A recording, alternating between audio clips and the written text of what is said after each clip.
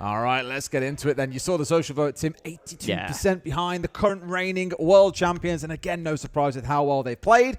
Dplus Kira starting things off on the attacking side. We have seen a bit of an attacking lean on Lair, so maybe they can get themselves going strong and early in this series. Because for me, you ignore the outcome from yesterday against G2. They've actually played pretty well this tournament. I've been quite pleased with what I've seen from them.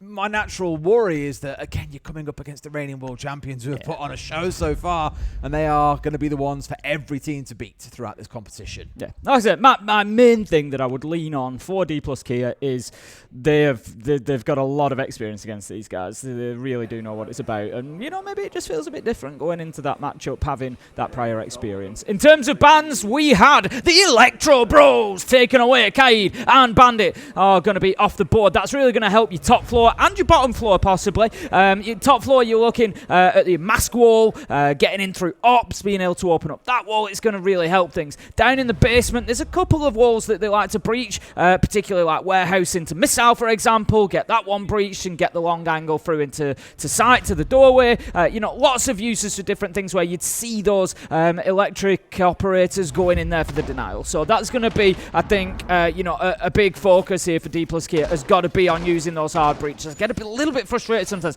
when you see those bans come in and then you don't really see teams like lean into the operators that they've banned. But straight away, I can see we've got the ace on side. I would suggest Mitte is probably going to be focused towards mask wall and ops and trying to get in there and open those up. They're usually going to be your main focuses for the hard breaches. On the other side, Faze are going to have to play, Dplus Kia are going to have to play without Monte and without Ying. So a couple of real big execution and space grabbing operators there. What makes me a little bit nervous, though, is you can see the two operators on the far right-hand side of your screen. Both Mira and Azami are up. Normally, they're banned away as a pairing by a number of teams, but with the focus on the electrification gadgets, Tim, it does mean places like Ops are going to be so hard to push on through. You're really giving Faze a lot more power to lock things down here, making use of mirror windows like they're trying to do now in place of electrification. You've got the shields that you're seeing scattered around. You'll have the Azamis being able to throw around dynamically. They've got a lot they can do here to make life a living hell for Dplus Kia, who, given their lineup, Tim, I'm thinking might be eyeing up not so much a rush,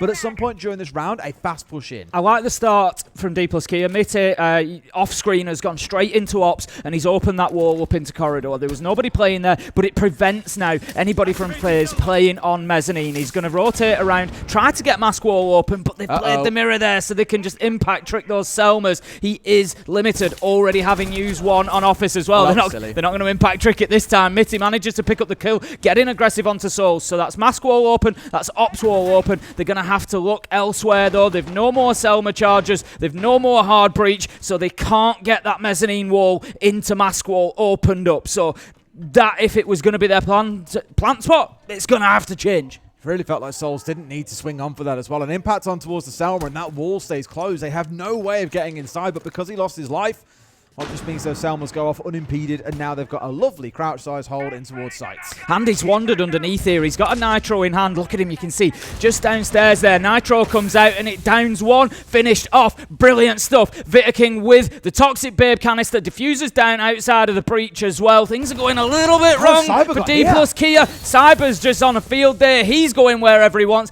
Two Toxic Babe kills in a round from Vitaking. Just great positioning and play from the smoke into that power position behind the desk and showing why it's so good. Admittedly, both are more kill confirms than kills. That's why Vitaking has still got 0. But you are right, Tim. They've just completely starved them out of mass because they made one crucial error. They didn't have control of highway. If you want to play an attacking towards mass, you need to make sure that window to the north is being watched. But hang on a second, Tim.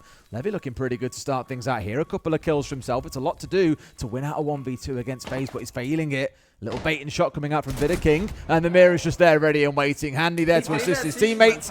And Faze taking round one pretty decisively. Yeah, that was good from Faze. We're seeing that great team play that they've got, sort of making a little bit of noise over here, and it's actually the other side that you get hit from. Nice movement from Cyber. Great play from Vitaking. I loved the Handy moving underneath, looking for that Nitro onto the ops wall area. Managed to down the ace of Mitty.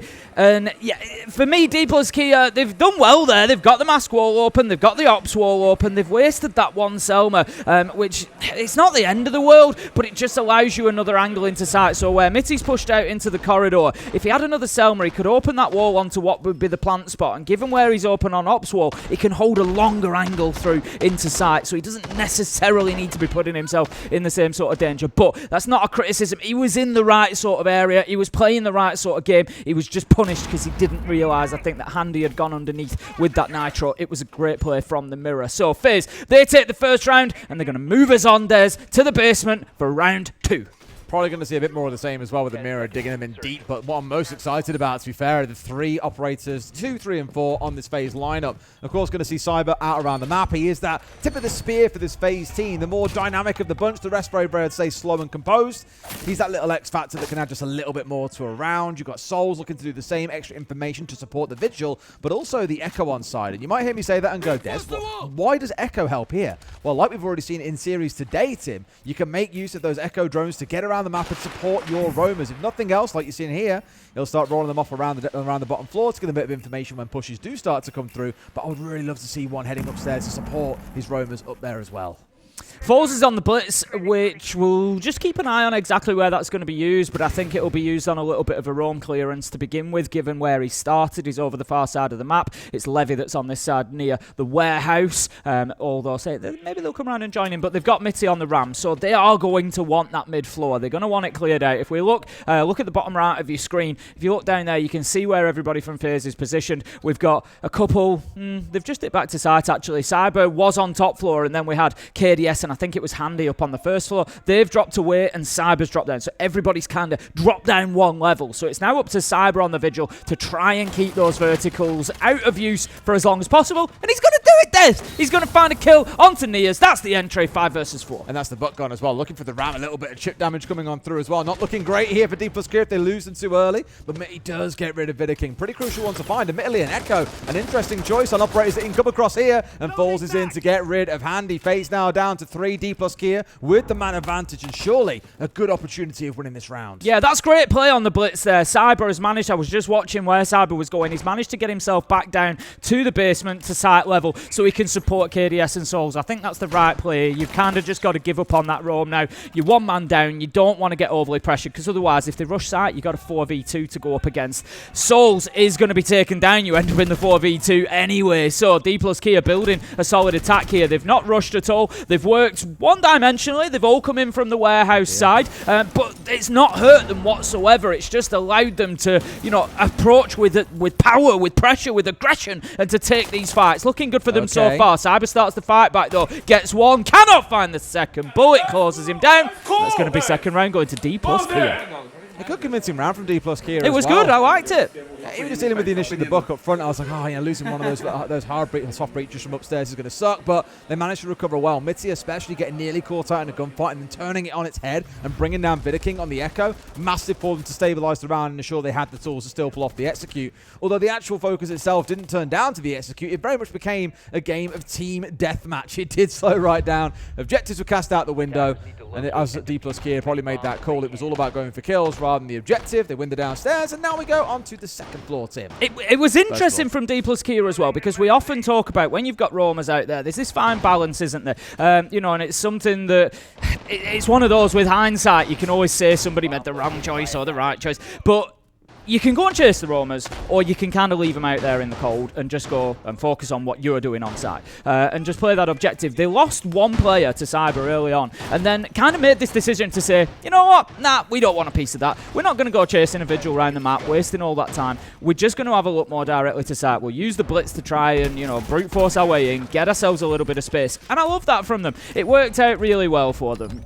On another day, Cyber comes down a flank, gets a couple of kills, and you say, oh, you should have cleared the roam. But no, look, it worked well. I think they judged the situation perfectly, and it got them the round. So we move on. We're on to round 3. As you say, we're on that mid-floor, and we've seen a couple of times how powerful, it's particularly Vitaking's position that you're looking at. He's a big win condition here. He's playing on the smoke in R6 room. He's going to be there to hold down those verticals. The others are there to do that as well, but they're also there to protect him and keep him in that position, because he's going to be able to smoke off things like the breach. I like the read from Cyber as well. We've already seen him dancing around in Ops. Hasn't really moved his feet since we saw him about 20 seconds ago or so. But he's just here to chew through drones. Knowing full well, it's very likely the attackers, of course, have to come in and clear top floor. There's a good shout they're going to come in from the Ops side. So at least starting out there to clear out any drones that come on through to try and give entries away in the map would waste a little bit of time, force Dplus Kia to slow down. Because when you've got to go across this top floor and then downstairs, it can take a little bit of time, as we saw in our series earlier on today. Tim, it did sting NIP a couple of times when it came to trying to move through the halls of Lair to get down to the lower floor. Has now rejoined his team, though, and of course is making sure the assist is there to deal with any further drones or any cheeky plants that might try and come through at some point. He can help deny that from above. Yeah, we've got Nias on the thermite. He's obviously going to be the one looking for the breach. I don't think he's going to be going for the external wall. He's looking more to move in to get this green wall. He's already got, thank you very much, he's already got that external wall. This is really good work then from Nias, actually. He's been around, got the external, he's moved and got the green wall as well, all with kind of in the first half of the round, so that's really good. Puts Souls under not really much pressure. He's going to keep himself out of the way in bunks, but it gets them set up and ready. Next step is they've got to clear out some of those top floor defenders, particularly Vitakin, because he's going to be the one, shotgun, smoke, all that sort of stuff, trying to keep them out of the sight. Souls turned his back there just at the wrong time as well, only for Mitty to step on forward and find his man. Make it look a bit easy there, to be honest, but absolutely there's a distraction from the backside from other members on his team. Smoke's now going in. Nias doesn't have the diffuser. It is indeed Mitty who has got that. Perfect. But as all the smokes roll out and the light screens are in he goes and trying to get this plant down, completely unchecked by anybody. They must know where this plant is going on through. Will they get an angle with Handy? No, they will not. And that one's been finished off, and now they've got to try and recover in a 4v5 post plant. That was really, we'll come back to why that was good, but that was fantastic. KDS manages to get the kill onto Nias. That's the thermite taken out, but it's 4v4. Got about 25 seconds here for Faze to find some kills. That's going to be their number one goal. Foles manages to pick up KDS. Cyber does have one onto Livy, but they are losing numbers, and they can't be doing that if they want to be able to go for this disable. 10 seconds left for them to be able to have the time still to interact with that case. I'm not sure this is going to happen. 2v2, bullet onto Vitakin, and they've got the vertical. No chance now. They won't give him anything here, no. If nothing else, is playing for a little bit of KD, but I think we all know how these ones tend to end up. He's out of time now, down for the last couple of seconds. Falls gets the kill to pad out the stats that a little bit further, but a great round again from Dplus Kia. I love the bait on the breach. So they send the smoke canisters into the breach. It was Nias who sent them in, and you can see Vitakin react to it. He sends his toxic babe canister down. He's thinking, I can't see them, but they're going to come in through the smoke. They're going to try to plant on the breach, but they don't. They've got the sense screens up at the door, so now you're creating this 50-50 choice for Faze. You know, where do we defend? Where are we looking? Is it on the door? Is it on the breach? What's going on? Vitakin goes breach, and then they try to get the warden with a view onto the door, but they can't quite see, and before they realise it, it's all too late, and the diffuser's down. Great confusion caused by Dplus Kia, and a fantastic plant. Great stuff, and they are 2-1 up. It does feel like FaZe are being ragged around a bit, It does a bit, to be honest. I'm surprised they're doing really well. This has often been the weak point for FaZe. I think when Cyber is, as he has done in the first couple of rounds, had a great couple of rounds, got really involved, a whole stack of kills on his side. But when he's removed from the field, then what? There's only 3 kills amongst the other players on the FaZe side. And yes, it doesn't come down to just kills. But the thing is, Cyber is the one who's able to get up in the face of Dplus Kia and interrupt their attacks before they get everyone in the perfect spot to say, yep, let's go and make things happen. If he dies, or if he's kept quiet by the side of Dplus Kia, massaged away from these more aggressive positions, the other 4 so far really haven't brought too much to the field. That needs to change. Otherwise, you're going to see the same thing all over again for the next 3 rounds. Yeah, exactly. FaZe have got to find a way to get themselves into this one, because at the minute, it's like I said, Dplus Kia, if nothing else, they're not going to be scared of FaZe. They've played them countless times over the years. They know what it's about. They know how quickly you die against them. They know how tough they are to break down, and it's not going to matter to them. It's not really going to impact them, and it isn't right now. What would I like to see different? Ooh, don't lose one there. What would I like to see different from Dplus Kia here to last time? I think last time was a little bit one-dimensional. They did have Levy towards the end, kind of coming in through display, but I think it was probably a bit too late. Other things had happened, other players had died, and he was, just kind of rolling the dice at that point, see if I can get a couple of kills over this side. I think they need more pressure around this top floor this time. Last time we saw them get Ops Wall and try to get in towards Mask Wall, but that was kind of the majority of the attack. I think you need to pressure players like Cyber on Skybridge. You can't allow him to be running and using those windows, for example. You maybe keep KDS busy at display window, things like that. Stop FaZe being able to focus all up towards this kind of execution side. Definitely one to watch for. I mean, I'll be more aware of it now than ever, I think, after he's already stung them once from that spot. But really, that was what got FaZe going back in round 1. Since then, it has been the Dplus Kia show. And I'm sure it could well continue. A big focus on ops right now with 3 players stacking outside there, but Cyber is wandering around underneath, as you can see here. Big threat, of course, with that C4 as they try to step their way through this top floor. You got Souls on the other side of things upstairs trying to keep them at bay, and Herd steps. That's what I'm on about. Just steps near. Sorry, I don't know why it was. I think I saw the definitely Z. not Herds. I saw the Z and I was like, oh, hang on a minute, Herds. Ooh, need my glasses on, Tim. That's my problem. But yes, he's managed to get himself inside of Ops along with his teammate Mitty here as well. This wall will get opened up. Don't need one of those exothermics, I'm afraid, when there's already Excaros on the wall and they've got the control they need. Mezzanine is theirs, Ops is theirs, but Cyber is still underneath. Cyber's underneath and Souls is in behind desk. This is the 2 areas they need to do something about, really. Not having the mirror on hand has obviously changed how Faze have to play this. It's allowed mask wall and other areas to be opened up easier, and this is the long angle I was talking about. So they get that open, that's the plant spot. It's not quite, you can't quite see round the wall from there, but if they can get themselves on the door, onto mezzanine, they can start controlling things then. Cyber is taken out as he tries to return to site. That's a trade, though. He did get one of his own. Nias picks up Souls. Des, that's the Des position gone. That starts giving them access to think about getting a plant down. They just need to wait for Handy's Toxic Babes to be gone. There's 40 seconds left. He can't smoke out the rest of the round. There's a real chance that Dplus Kia get an opportunity to plant. Yeah, once that last smoke is gone, there's not really a lot available to them to stop this plant going down, so it's going to be so tough for Faze to fight their way back through. Really need a kill or 2 here to get things moving, and they're trying to find it. Back in behind the desk they go, but being given absolutely nothing. The last smoke now extinguishing. We're down to the last 15, but they need this player out from behind desk, Tim, otherwise they can't get away with the plan. Yeah, it's crucial movement from Handy. He's nearly lost his life. He has been forced away. Falls goes in to try and get this plant down. He's going to go to stick it. Vitter King Handy, 1 apiece though. That's not ideal for them. However, the fight back is on. The plant has not been stuck. 4 seconds left to go. Falls is going to have to make a decision, go for kills or stick the case down on the ground. He's going to go for the plant, Des, but now Faze can get aggressive knowing that they're 1v2, down to a 1v1 effectively because of the plant, but it doesn't matter. Handy can't win out the fight. Dplus Kia with another successful round. And Mitty playing it so well in the close. So why expose yourself to a wall knowing the other player's got a shotgun, gets himself behind hard cover. We're in for a Faze tack timeout at this point. We might not be able to hear much or understand what they say, Tim, but I'm not surprised at all because outside of a bit of magic in round 1, they have been slammed around there by Dplus Kia. Yeah, this has been a surprise. You know, I'll hold my hands up and say, like most of the people, you come in looking, thinking Faze are probably going to do a job here, but Dplus Kia, they've been really impressive so far. Like I say, that round, you know, they went in there, they've caused a little bit of chaos. They've got Souls killed from behind the desk. That's a big one. Handy tries to retake the position, but he just can't keep it there. The pressure is too much, so he has to dip away and takes a lot of damage in doing so. They were forcing out those Toxic Babe canisters, burning that utility before the end of the round. He didn't have enough time to be able to hold them back. It got a little bit scrappy at the end, but it's always gonna. You've got players like Vitter King who are going to step up and get a couple of kills, and you know, maybe it changes around, but they still managed to adapt and get it done. Nicely played from Dplus Kia. 3-1. You saw the stats up there a second ago for Cyber, who's really the only player, as I've already said, sort of doing much on the Faze side. Across the teammates, 5 kills between them across 4 rounds. Really does not make for much of a successful story, and you can understand why they're down 3-1. Speaking of down, Tim, into the basement we go once again.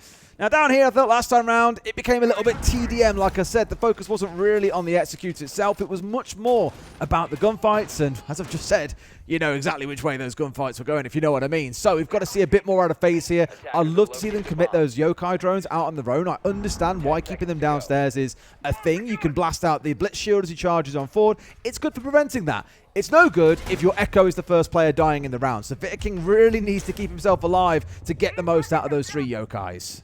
Just having a look at Faze's position, and again, they didn't really play too heavy a roam game here last time. I said beginning of the round, you had Cyber up on second floor and 2 players on first floor, and then the other 2 were down in basement. If we have a look, it's kind of a similar setup, even less so, to be honest. You've got Cyber and Souls up on that first floor. I'd tentatively say that for Souls, because really he's playing on the blue stairs, which, you know, that position that we often see with the smoke. So there's only really Cyber out and about in the map. It was like that last time. He got 1 kill, and Dplus Kia said, you know, we know what Cyber's about. We're not playing this game. We're just going to go to site and deal with it from there. This time they've brought along the Deimos. They are tracking Cyber. They're going to try and chase him down, or at least force him back to site. Again, I like this from Dplus Kia. There goes Cyber. 45 seconds into the round. They've got complete control of that mid floor, and they can go in there.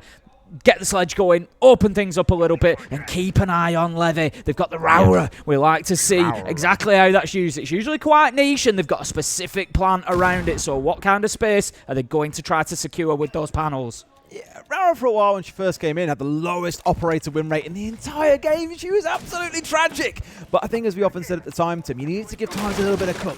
The time to cook. Get them in the kitchen for a while. Just let it simmer, and they'll figure something out. So I'm always excited when I see a Rara picked up these days, especially a team like Dplus Kia or Faze, how well they've been playing throughout the competition so far. It's always going to be for a purpose, and when you're attacking as well as you are already, this is really to try and throw a spanner in the works here and disrupt what they were told in the back of that TAC timeout. So I'm with you. Keep a close eye on him, but also, of course, watch where Faze goes. He's got the diffuser in back pocket and that shield in front of his face. He is the big threat in this round. Yeah, at the minute, Faze is trying to push blue stairs. Bullet's going to pick up Cyber. That's an important kill. Faze manages to pick up Souls. It allows him down into filtration, but that's where they've done all their verticality, Des, directly up above the door that you can see on your screen there. However, there is a bulletproof camera opposite that. Cyber deployed it near the bomb chassis, looking towards filtration door. So those players from Faze who are dead, they're going to be able to watch that so long as it's still in place, and they're going to be able to find out and make sure if anybody's trying to push that door, because I think that's where they're going to be looking to get the plant down from Faze here. He's continuing in that location. 45 seconds left to go. He has a little bit of support, and Levy's kind of on his way over there as well. The thing is, they've got a bit of time to play with here. Not tons, but enough that they can work this out slowly. Now into a 5v2 as they've got rid of Handy.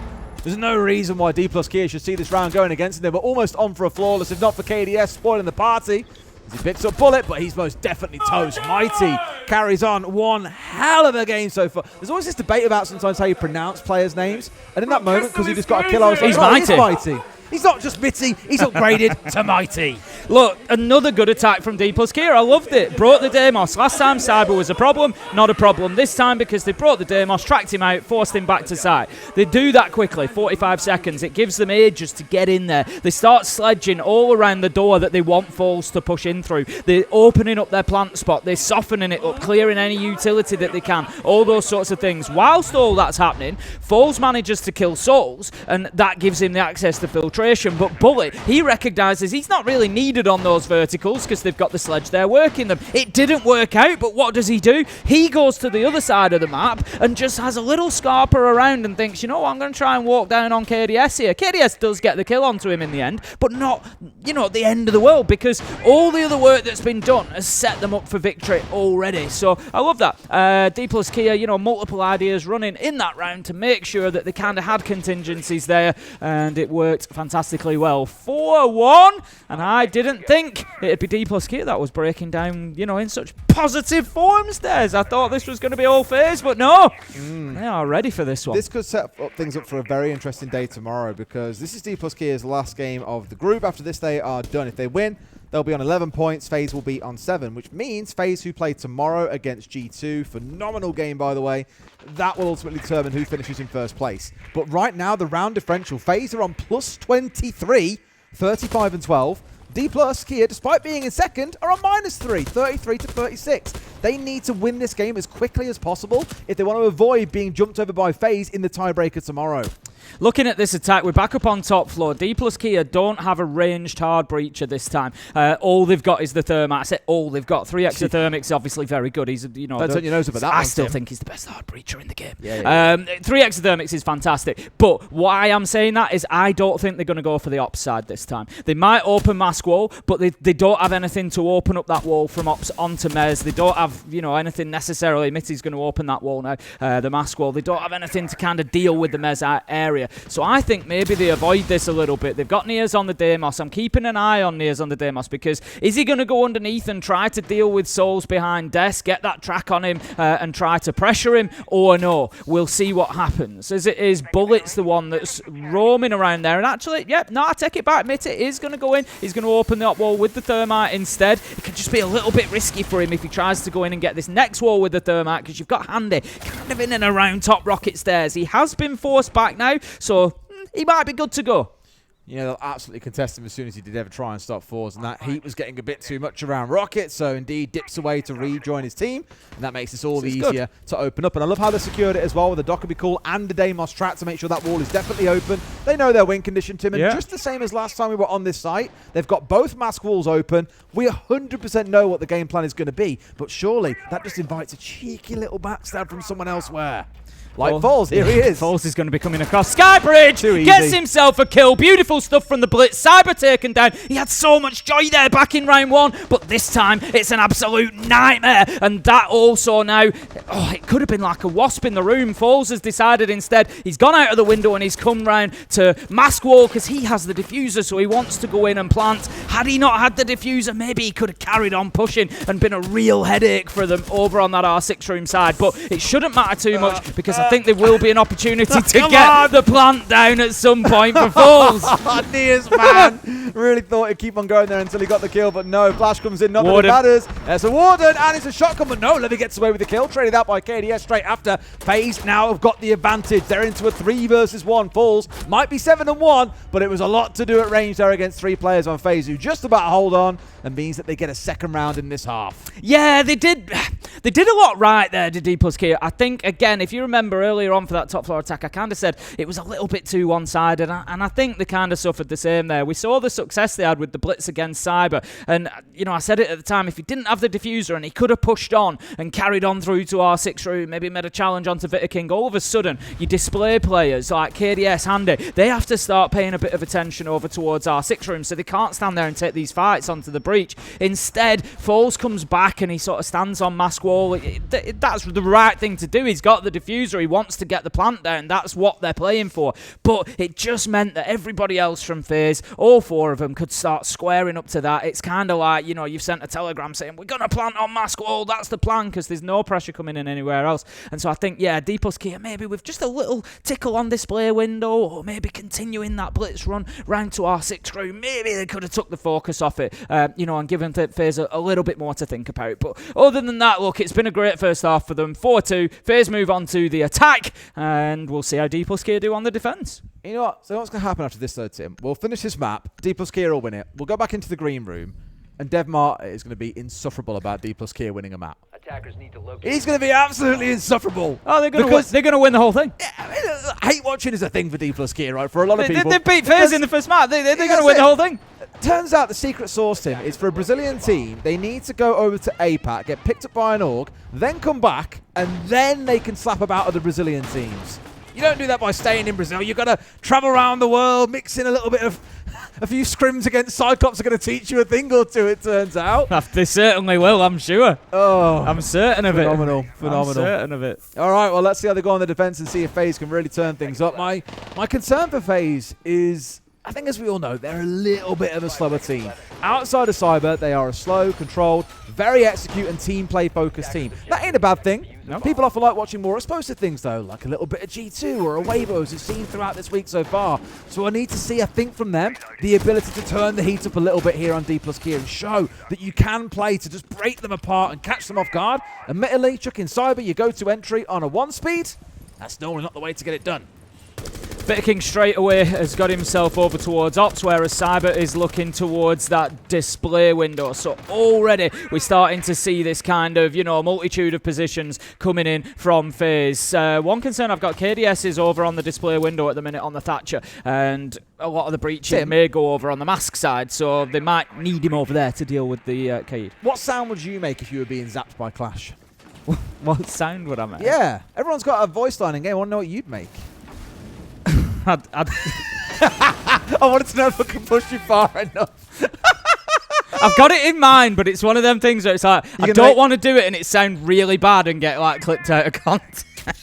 Well, we'll see how we go after they've tried to burn through the Clash. I wonder how Clash sounds when she's being burnt to a crisp. We'll find out. The Souls are stepping forward there with one of the firebots. A Ying yeets it up over the top. He's going to force the players back on the side of Dplus Kia. So Faze doing good to get control of Rocket here. A little bit unconventional on their entry in as it stands. but I've got a lot to do here in a 4v5 with the clash still on the board. Yeah, Vitaking's got the ops wall open. They haven't really approached mask wall whatsoever to deal with that. They're happy that they've got bathroom and mezzanine at this point. I think they're going to start trying to challenge on towards Nias, who is, of course, that clash player. Yeah, just open the internal wall. They're not worried about mask wall. Just get that internal wall opened up. That's going to allow them through to the plant spot that is available for them now. Vitaking's in position in ops. So now they just need to make sure that they force him Bullet out of sight, because he's in there and he's got a little bit of support from Levy as well. So they need to force them a little bit deeper, and Handy and KDS, that's going to be their job really, to try and, you know, attract everybody over to that side towards bathroom and see what they can do. They're going to try and deal with the clash here. I like this. Candela's going out. Toxic Babe canister though is going to distract. A big double from Bullet. Levy onto Handy, and Faze crumble in a heartbeat. They've been shagged, Tim. There's no other way to put it. They have been absolutely shagged by Dplus Kia in this first round. A flawless to get the half started. Huh? First map? Let alone first round. This has been going on for 6 rounds, 7 rounds now, Des. Dplus Kia are seriously in the driving seat. Just a little. Can I hear that Clash voice line now? I don't know. It'd be really funny though. No, I don't think it would Clash. be. Piss off! Come on, what are you doing when I'm saying that to you? That could just be you on a train though, mate, with a really bumpy production have just come on and gone, what the F? That's my getting electrocuted noise. Fantastic. All right, well, now I know what it sounds like. So if I ever hear that noise, I know to come running and not touch you, but at least look at you and say, Tim, are you okay? And if you to sit there going, thank you. There you go. That was identical. That's the best impression you've ever done of me. No. Because if you're getting shocked, it's like quicker frequency, I feel. Mine was quick. Yeah, if you're chugging along over like, I don't know, like a bumpy road or something, you're like, oh, it's mine too slow. You get me? We're getting towards the back end of the week now. Welcome to the B stream. This is Six Invitational 2026. Unreal. Right, let's get back into it. Dplus Kia 5-2. I tell you who needs a shot to the system, Tim. Faze! Wait. Oh, this is ridiculous. 5-2 Dplus Kia. They will continue on the defense. They're not going to go down to the basement. They're going to play the mid floor instead. It's going to be bunks. So last time around, we actually... This was... I'm going to go back and watch it because it was one of my favourite attacks from Dplus Kia. I really like how they attacked this side. They got the external wall breach, they got the green stairs wall breach, and then they played sense walls in through the door, and then they kind of baited out this attention towards the green stairs breach by putting in the smoke canisters, but went and planted on the door. And Faze couldn't find the location in time, and it was a really nice little switch play from Dplus Kia. I really enjoyed it. So let's see what Faze can bring to the table here, Des. They look like they're shaping up for a top floor clearance to me. Yeah. As you probably expect as a starting point, but it's more about the execute, right? I'd love to see him focus on the wall, given the fact they've got, you know, for example, the Maverick on side. This should help them get through what is otherwise quite annoying to step your way through. You'll play that happy little dance here, at least Mitty will, if we find out that Thatcher is trying to get the wall disabled. So I think having the Maverick on side is going to help at least on that front. And of course, he has those frags back, Tim. I used to love playing an Oregon Tower and bringing these nades along and just yeeting them down on towards someone who was sat inside a pit. I'm so glad I'm able to do that again, although he won't be doing anything in this round. Cyber, despite having a really good start earlier, I believe he was sat at like 8-4 at one point. 8-8 now. Really not involved in this game anymore. No, Mitty's going to yeet a couple of bullets at him and get the job done. Like you say, that's the Maverick gone as well. I don't think they've been able to breach the green stairs. Well, I'm not saying they were going to try. They have got the external one.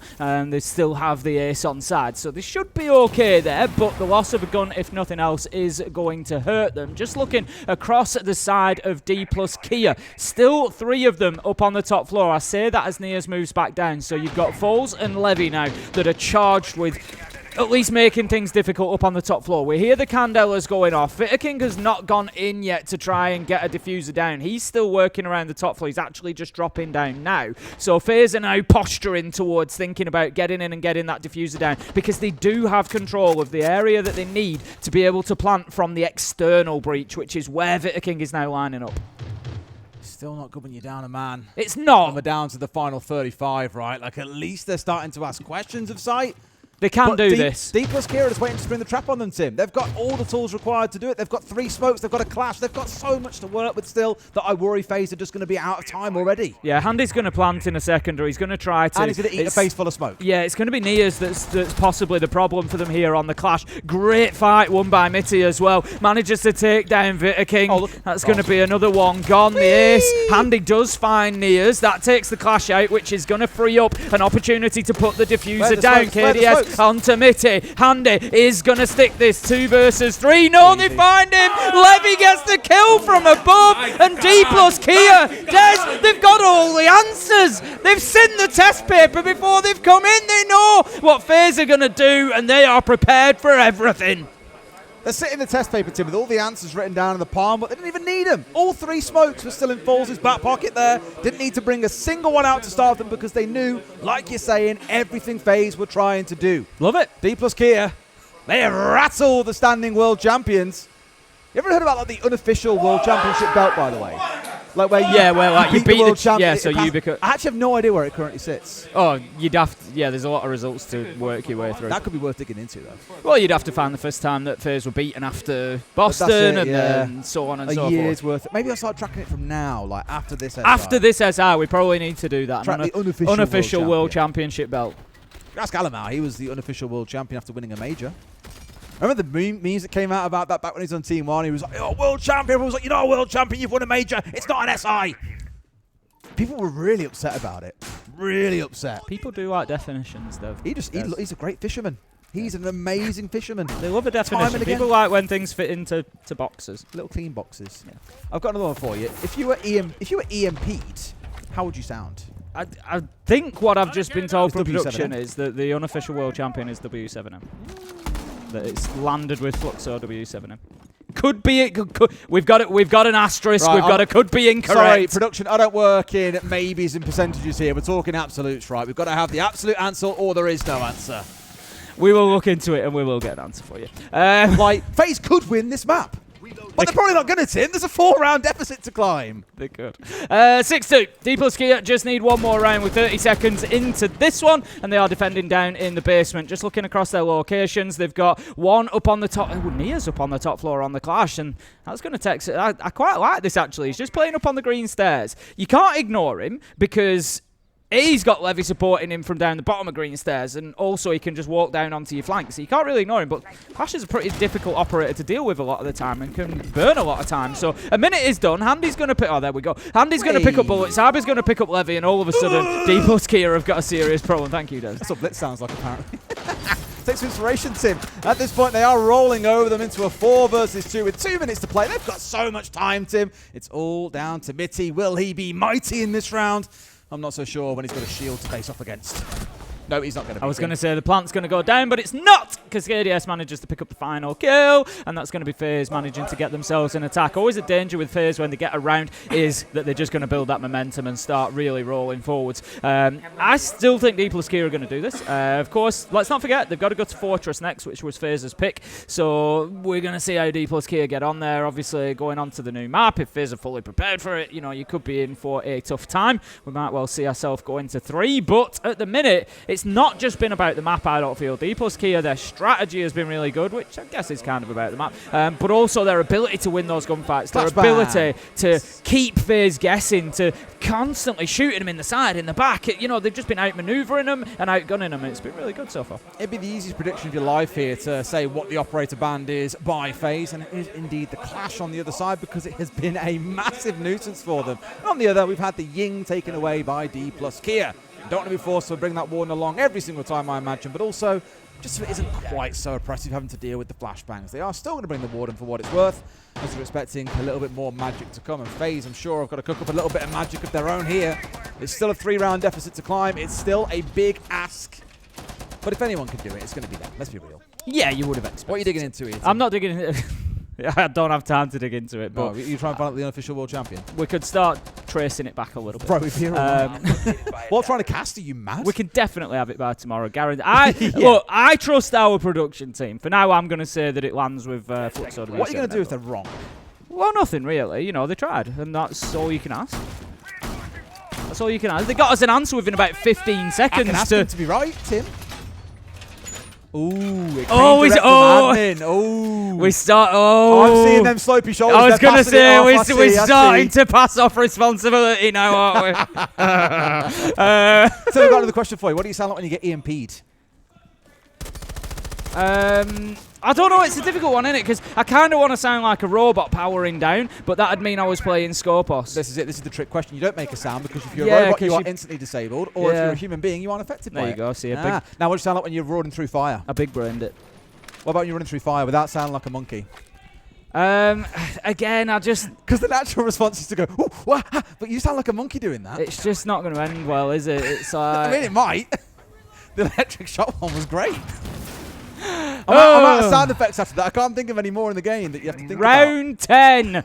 6-3 Dplus. about. I really want to hear what you sound like, Tim. King is moving into upstairs. They're attacking onto top floor. Bullet is there on the KD. He played a great game last time when they were up on this top floor. Played it from kind of deep inside of office and managed to pick himself up a double kill with the TCSG. So he's going to be looking for more of that. And King is just holding that long angle towards side door for the time being whilst everybody else gets into position. It's fairly similar positions to what they experienced last time here, Faze. Just trying to get themselves in to bathroom, to mezzanine, to ops, and they're in all those sorts of locations.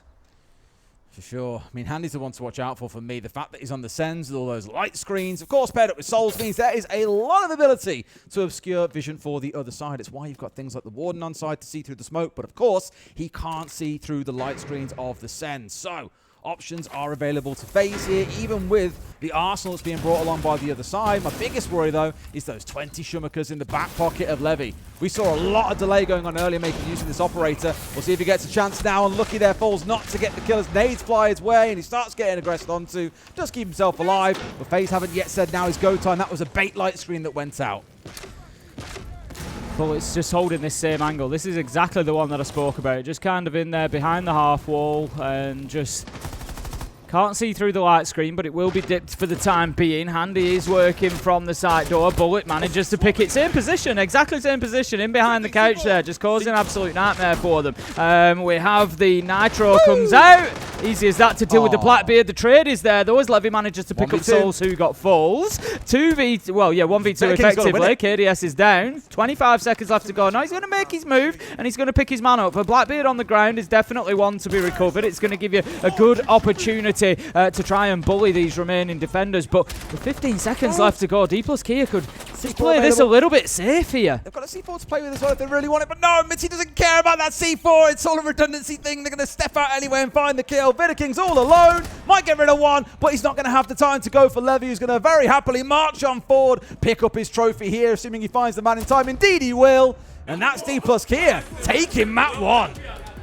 What a result for Dplus Kia. It was their map choice. They've come in, they've dominated. They've been very, very convincing throughout that one, particularly on the attack. I really enjoyed watching those. And then they will take that first map. They go 1-0, heading into Fortress. That makes things really interesting now, because even I was coming in saying I can't really see Dplus Kia doing this. Instead of seeing them play well, but well enough to beat the standing world champions who have won 4 of their 5 maps 7-1. I don't think it's going to happen, but they've just shown anything is possible at SI. Yeah, absolutely that. We can see the stats just coming up there. We've got Mitty and Folds particularly, 22 kills between the two of them. Look at the costs, so 90% each, 80% for Levy. Great stuff. 7 entries as well across the fight there. Only 3 go into Faze. Dplus Kia have truly run that map. They have, Tim, and I think someone look at that and say Faze are selling. To me, it looked more like they were getting absolutely mugged. For sure, they've got to improve things going into Fortress. It is a new map. It's a chance where Dplus Kia have no idea what Faze do. Maybe we see something a little bit different. Yeah, absolutely. I think, Faze are going to have a game plan coming in there if they've brought it along. So Dplus Kia, well, hopefully they do too. Fingers crossed, Tim. Fingers crossed. Well, with that, we've got a short break coming up, Tim, and then, of course, Fortress awaits, as we've said. So we'll cut to that now. Back with you in just a few minutes.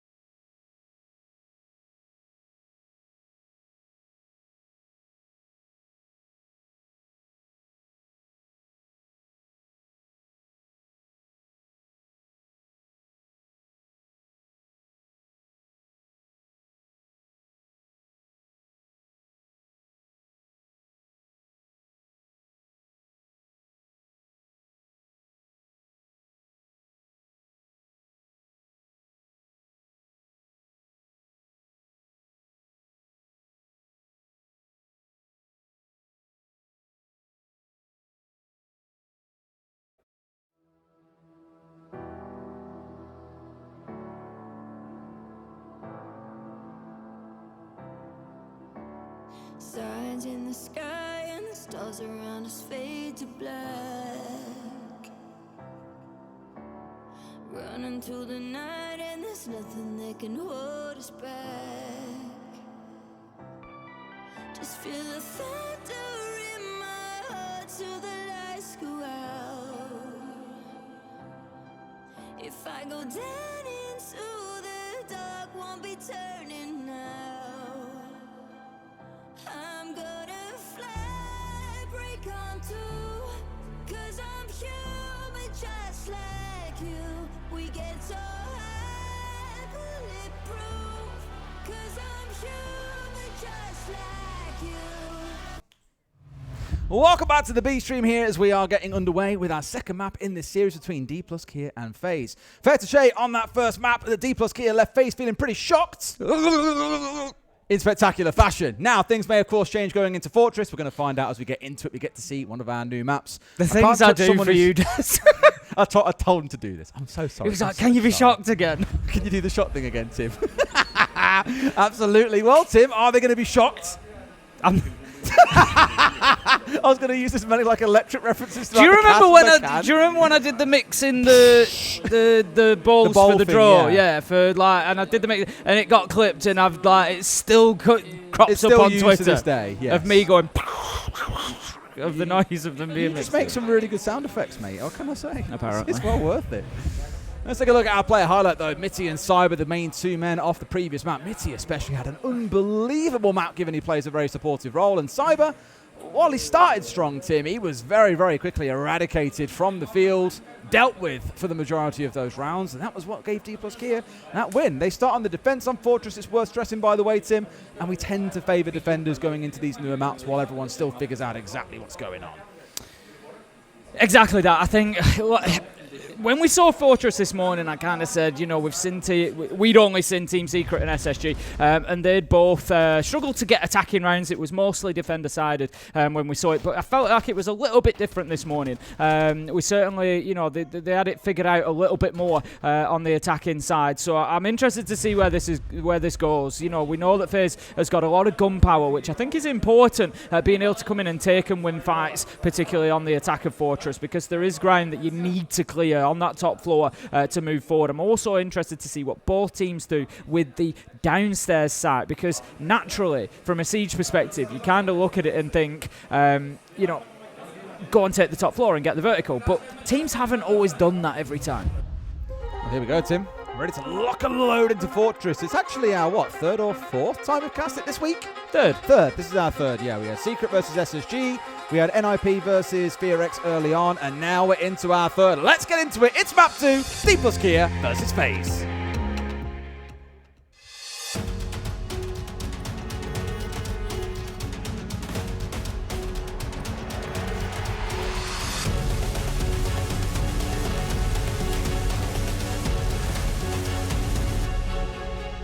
All right, into our bands then, Tim. As said, Dplus Kia kick things off on the defense. Do we start downstairs? Do we start upstairs? That is the raging debate on this map so far. I think we've had one of each, so I'm very keen to see what the deadlock is going to be, who breaks it for us between these two. I'm quite excited. Oh, here we go.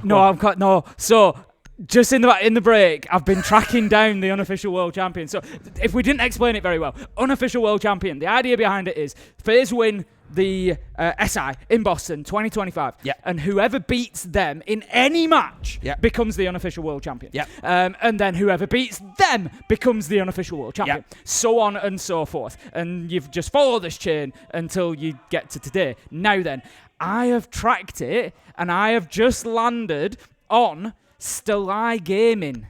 Who the hell are they? Exactly. So they Winnings beat $48,000. Who's on the team? They're a Brazilian team, and they beat ENX. So I traced it through quite a few Brazilian results. They don't exist anymore. They've not got a roster, therefore it goes back to the previous team. Right, so it's ENX, so I need to go back to ENX. Because ENX were beaten by them on the 23rd of August. I see. So it would be ENX, then go back to them. Go back to them, which and is their next interesting, loss. Because when you ask anyone like who's the rookie of the year, everyone says Stompin, except for a bunch of Brazilians who say Boxera, and he was on that roster. Interestingly, their next loss was Faze. Back to square one, Tim.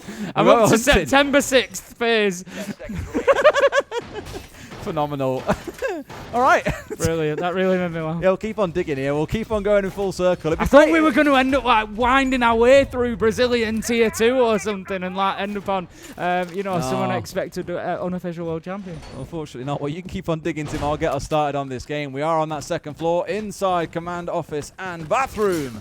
Which probably means you're going to see the attackers start off towards the south of things, inside of Old Tower, on towards the southwest balcony, and starting to move their way through the map from there. Of course, Dplus here are not going to make that easy for Faze, so I'd imagine we'll have 1 or 2 players looking for a backstab up white stairs or down through blue. There's various options. Where are we at, Tim? Back to Faze, October 1st. But let's focus on the game. Did they lose on October 1st? No, Furia lost to Faze, so it goes back to them. So, as you say, we're up on that top floor, just having a look at where everybody's positioned. Again, it's fairly similar from the defenders to what we're seeing. A bit of presence in games and dorms, actually a little bit more than we've seen previously. So both SSG and NIP this morning were very much just playing one player in and around games for this bathroom site, but this time they've gone with 2. Levy and Foles are both inside there for Dplus Kia. Foles manages to pick up Cyber, and this is it. You've got to approach this with numbers, really. Vitakin gets forced to come around the corner because of the Toxic Babe. Great team play there. Foles managing to pick up the kill after delivering that and just bringing him out into the open. Souls manages to pick up Levy 4 versus 3, but serious advantage for Dplus Kia, and interestingly, Des, they've all collapsed back. They've all headed back towards site now. They're conscious of Courtyard becoming a problem, and Nia's manages to find the kill to break down KDS from trying to come in from that direction. It's all up to Handy and Souls. It's a lot to ask for. Souls has also equaled 50% of his kill total on the previous map. He was 2 and 9 back on Lair, so at least he's already starting out a little bit stronger, but a bit too much work to do for him and Handy, I fear. Yes, you've got 75 seconds to play with, but given how bottlenecky this map can be, they've at least got the flashes to help out, but you're against Bullet on the Warden. Just a lot working against them here, unless they can win some good long-range gunfights, which is what they're looking for inside a bathroom here. But it might be a double swing coming in towards Handy if he's not too careful. They know that he's here. They've heard him open it up. That skeleton key isn't exactly quiet. And as it stands, no one's actually stepping forward, because why would the defenders do that? They can afford to wait. And he's dead. Still 1 more going. Just Souls by himself in a 1 versus 4 out on Courtyard. This one's cooked in. Yeah, it certainly looks Where are we at now? October 18th.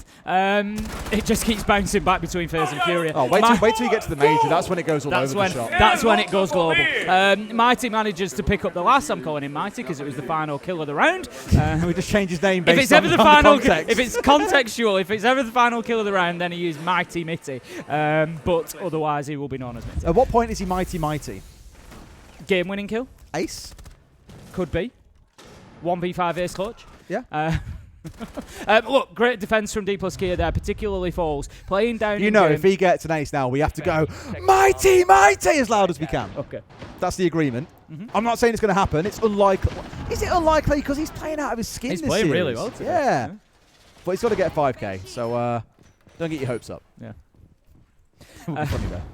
Yeah, so Foles played a great part in that defence. He was playing down by the B bomb chassis now. He was playing down in game. And he used the smoke out towards Old Tower. Dealt with 2 coming in from there, trying to take that pressure. And Faze were a split attack. They were trying to approach from kind of Courtyard side as well and up at the top. And it just didn't really work out for them. Dplus Kia kind of saw it coming from both sides and were able to deal with it. Really good stuff from them. 1-0. I've seen a couple of times now as well that we get Malusis, both of them being, well, 2 being placed down, I should say, inside of the Courtyard hallway on the second floor.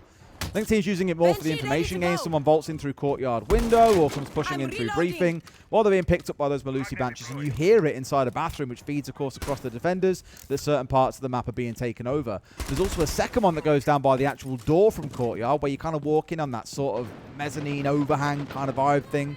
I don't really know what you call it, but the indication gets given regardless that you are walking in.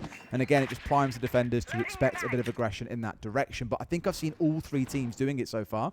In fact, exactly inside here, you can see now where the Clash is dancing around. There's one on the wall here, which might get destroyed. There we go. The nade rolls in, gets rid of the 1. There's still 1 on the south side, though, so it's still going to help them at least if someone tries to backstab the Clash.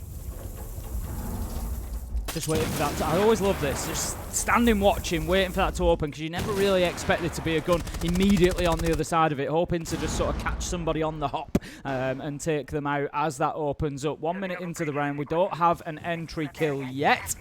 Just keeping a close eye on Faze and their location on that clash, always a little bit of a sticking point, and just having a look across Faze, they've not really got too much to deal with it. 2 of the nades have gone, they've got 2 left on Souls, so they're going to be particularly important, I think, now, Souls, and where those nades are delivered in order to deal with that clash. Faze will be having a meltdown until they can ban away that clash. I think it tormented them last time around. It may well do the same again. Tim, he's got a kill. He's got one, okay? Just one. Is he on the road? He's moving, mate. Look at him. He is flowing like water. He's on the go. Might be getting carried away. It was a good kill. You're saying that now until he gets 2. What point do you get excited? Where he gets a 4K, then I'll say that he's flowing like water. Bullet manages to take down KDS, 5 versus 3. Dplus Kia just continue this supremacy. We kind of expected to come in here and maybe Faze have a little bit more of a run at it. He's got 2, Tim! He does have 2, does. You know, we expected Faze to come in here and maybe be a little bit more in control, be the Faze that we expected. Now I'm looking and thinking, you know, maybe this isn't to do with maps. It's, you know, they're really not delivering on Fortress so far. We're only 2 rounds in. You know, there is time for that to change. And, of course, they've not chosen to start on attack because it was their map. Dplus Kia got to choose defense, so Faze, you know, maybe better on defense. But, yeah, for me, they're just struggling to kind of keep pace with Dplus Kia right now. I've decided I'm a mighty fanboy for this entire game, and every time he dies, I'll be really upset. Every time he gets a kill, I'll be ecstatic. Every time anyone else gets a kill, I'll be really upset. Just so we're clear on what the rules of engagement are here. 2-0 Dplus Kia. Certainly in the driving seat, as I like to say, in charge here. And Faze, call that tactical timeout. That's very quick and early. It is. No production, we're okay without comms for this because I don't understand Portuguese and it's also very, very quiet. So we'll be all good, we'll be all good. I wish we understood Portuguese. We normally lean on Maria. I honestly feel really bad for Maria because she's here to obviously do interviews with the teams and the players. And what ends up happening normally is we're all in WhatsApp to her like, Maria, translation, now, what are they saying? And she has to translate it. Are you still looking, by the way? Well, it gets fascinating. Where are we at? Because not only did M80 win the Munich Major title, they at the same time, in the same match, took the unofficial World Championship title from Falcons. Okay, and then who have M80 lost to while we're here, Tim? Well, that's not. It's before that. They've lost it before they get it. Oh, who have they lost to since then? They lost it to SSG on December 13th. And then who did SSG lose to? I don't know. We're going to find out. You're digging, Tim. You're digging deep. I'm focusing on the game, and then in the bits in between like this, I'm chasing it down. You're focused on that. I'm focused on Mitzi and how much he can pop off. I just want everyone else in his team to die and him to clutch up. It's the one wish I have before we're finished today. Like, this is our last game casting for today, and then we're back tomorrow on the B stream again for games 2 and 4. But if I have any ask, any request, any wish while I'm at SI, it's that this happens at some point.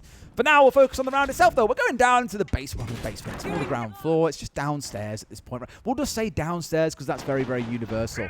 Now, when we've seen this one, there's been a big focus on Med and Infirmary to the east side of your screen now, with a player often working their way downstairs that you can see in front of you. No, that's not Med. Med's a little bit further to the north. These stairs, though, are correct. That is Med. Thank you very much. I believe it's Skies observing for us now. We've seen a lot of Blackbeards vault in through the window and try and cause a little bit of chaos, but the problem is you're so boxed in inside there, especially with the barbed wire on the ground, that it becomes a little bit of a death box. C4s start flying your way. You're covered off by a couple of angles. You need support from the player who's on the stairs down to your south, but the problem is he's being challenged by a player down the long hallway. So it can get a little bit scrappy to even get any control inside the building as an attacker here. We haven't seen too many teams also focus on vertical plating, but I think that will change this round because we've got Cyber on the RAM. I believe the current unofficial world champion is Team Secret. Oh, really? Yep. It was SSG until they beat them the other day on February 3rd, and then they haven't lost since. So we can now keep a track of it through SI. All right. If anybody beats Team Secret, they become the unofficial world champion. We'll keep an eye on that one then, Tim. There you go. I want you to update me every single time they lose a game and it moves. I will do. So we know where it's going. Absolutely. So it turns out both production and the admins were wrong. As I say, don't come for me if you've... I've been casting at the same time, so if I'm wrong, back off. But... Who's going to be the tiebreaker here? Have I got to dig into it later? No, I'll also be wrong because I get impatient. With your rule about still iGaming and them not existed anymore, then it No, goes that's to, what it's always been. it goes, well, that's fine. It goes to Team Secret. All right, fine, cool. Okay, then, round 3, 2-0 so far for Dplus. Kia Faze are pushing in through game for the time being. King just trying to get aggression up towards briefing. I mentioned this, didn't I, about this lower floor site and whether we see the verticality or not. A lot of teams that we've seen on the attack haven't really been using it. They've just been going laterally towards site, and the ones that we have seen use the verticality, it's not always really gained them that much, Des. So I'm really interested to see here. Faze have got the ram in, they've done the work with the boogie drones. What does it get them? How well a job does it do them? Oh, look, the boogie drone's using the curved path. You don't see that too often. You know what you've just done there? Oh look, Des, it's an old 1980s diesel engine train. You don't see them very often. Well, you don't see it using the curve path very often. I appreciate that. Thank you, Cyber. You'd love train spotting. A lot of people forget that the boogie drone can do that. I'm telling you now, people look at it and they're like, oh, what, I can do that. Like, really? People forget. So they are... and the crowd goes mild for the curved boogie drone. They have opened up the top floor, but there's nobody playing underneath there. Everybody from Dplus Kia is deeper into site, but it has created a little bit of space for Bitter King to go in there. He's got Diffuser in hand, but he's going to lose his life. Mitty is there. Manages to take him down. 5 versus 4, 5 versus 3 as Nias manages to find a headshot onto KDS. Cyber with one back on the trade. 4 versus 3, 25 seconds left to go. Here come Faze. 2 versus 2 as Handy gets dropped. He's down but not out. Unlikely to be collected. 15 seconds. More importantly, though, Diffuser is down. It's cold. It's in no man's land. 2 Candelas to work with, 2. Cyber's the one to pick it up here. They've got to recover. Might even get their third back online. But look, the verticals are there for Bullet. Turning the holes back on them here, but they can't see it going down because he can't find him. He can't find him. He'll get away with this one and probably see it stuck out unless they can get the round. Finds one, but no, the shot's gone back on through. Faze do finally fire in round 3. The tack timeout doing a little bit of work, but I can guarantee you that isn't quite in the fashion they wanted to see it over the line. What a finish to the round from Handy there. Beautiful double to find those last 2 kills. Love to see it. 2-1 now as Faze get themselves on the board on Fortress. I feel like Dplus Kia, it's a good start for them, but they need to keep this momentum rolling. They need a 4-2 half at least, I think, before they come onto the attack of Fortress. Woo! All right. Honestly thought for a second he might find himself a second man through the back of the first one, get the double spray down, and then suddenly it becomes a very, very interesting affair to see how the round plays out. But as things stand, it's still Dplus Kia in the lead, probably as we come to expect as well. We've said we think Fortress will be defender leaning to start, though general consensus amongst pros and amongst the community is it will become attacker leaning over time. I'm kind of struggling to see that myself at the minute because I've said so often, it is a really bottlenecky map. It's scrappy. There's lots of single doorways you've got to fight through. It leads to a lot of shotgun play coming out of defenders. Even looking in this round here, there's at least 3 on side if you include the ITA in the back pocket of Levy here. So it just makes it a little bit of a nightmare for attackers to push on through. We'll see what Faze can do to upend that though as we return back to Commanders and in towards Bathroom for round 4. Last time around, Faze tried to push from, well, both sides. They tried to push from up towards Courtyard and then down towards the old tower where we saw Bitter King come in, get smoked out and killed by Foles, trying to get themselves established in games and dorms. So we'll see whether they do anything differently this time. I think maybe a little bit more utility towards games and dorms, which is what you're looking at now, would be nice. Get in there, clear the mirror out. Foles, I imagine, he's currently on red stairs, may well head back to join Levy at some point in the near future. He was playing inside of games last time. At the minute, Levy's out there as well. If Faze got a real... No, I was going to say, if Faze got a real move on, they could possibly get themselves in there quickly, but Foles has actually just made his way back there now. I mean, they played the mirror last time round as well, so it is more of the same. Of course, that clash has been banned away, so not going to see that brought out this time around. It's the Nari that we actually saw prior, and now it's the Malusi that we've got inside for Nias, having already seen quite a bit of value from that in round 2 on their defense upstairs. Handy, of course, the one to watch out for us. We've got this deadly combo again of the Deimos and the Dokkaebi together. Excellent for working through a map as a unit. Isn't going to stop Levy being the one to find Cyber there. That's the Twitch offline. Yep, great start there. We just saw the value that Cyber was getting with that Twitch drone. I mean, some of the damage is already done. The bulletproof gam is gone, for example. Handy. She's going to have a little wander up the red stairs here. We don't actually see too much attention or pressure going in towards Horse, but it could be looking to make a move supported by KDS on the opposite side towards that very location. We're waiting for the second phone call to come back online in 10 seconds before they can push on forward with any real aggression. Of course, being minded that they're already down a man. Stepping out and making sure the laser gate's burnt on through, so they can keep on working in. But you're already seeing around Horse that there's 2 players sat there just waiting for anyone to push through onto the Horse door, and it becomes horrible. Here they've got someone coming around to try and assist, but it's just not enough, Tim. Absolutely melted. Soul's at least going to get recovered here. But I don't think it matters when you're in a 2 versus 5. Dplus here once again stonewalling Faze. Diffuser down as well. Soul's kind of trying to recover it at the minute, but they know that that's exactly what he's doing. They just sent a Toxic Babe out there, and it's only going to take 1 lungful of that to get the job done on Souls. He does manage to grab the case and get himself to at least moderate safety. He's going to look to go and join Vitaking, but look at the health on both of them. You've got 20 on Souls, probably about 16 on Vitaking. This is not good. 1 bullet could probably take out the both of them, to be honest.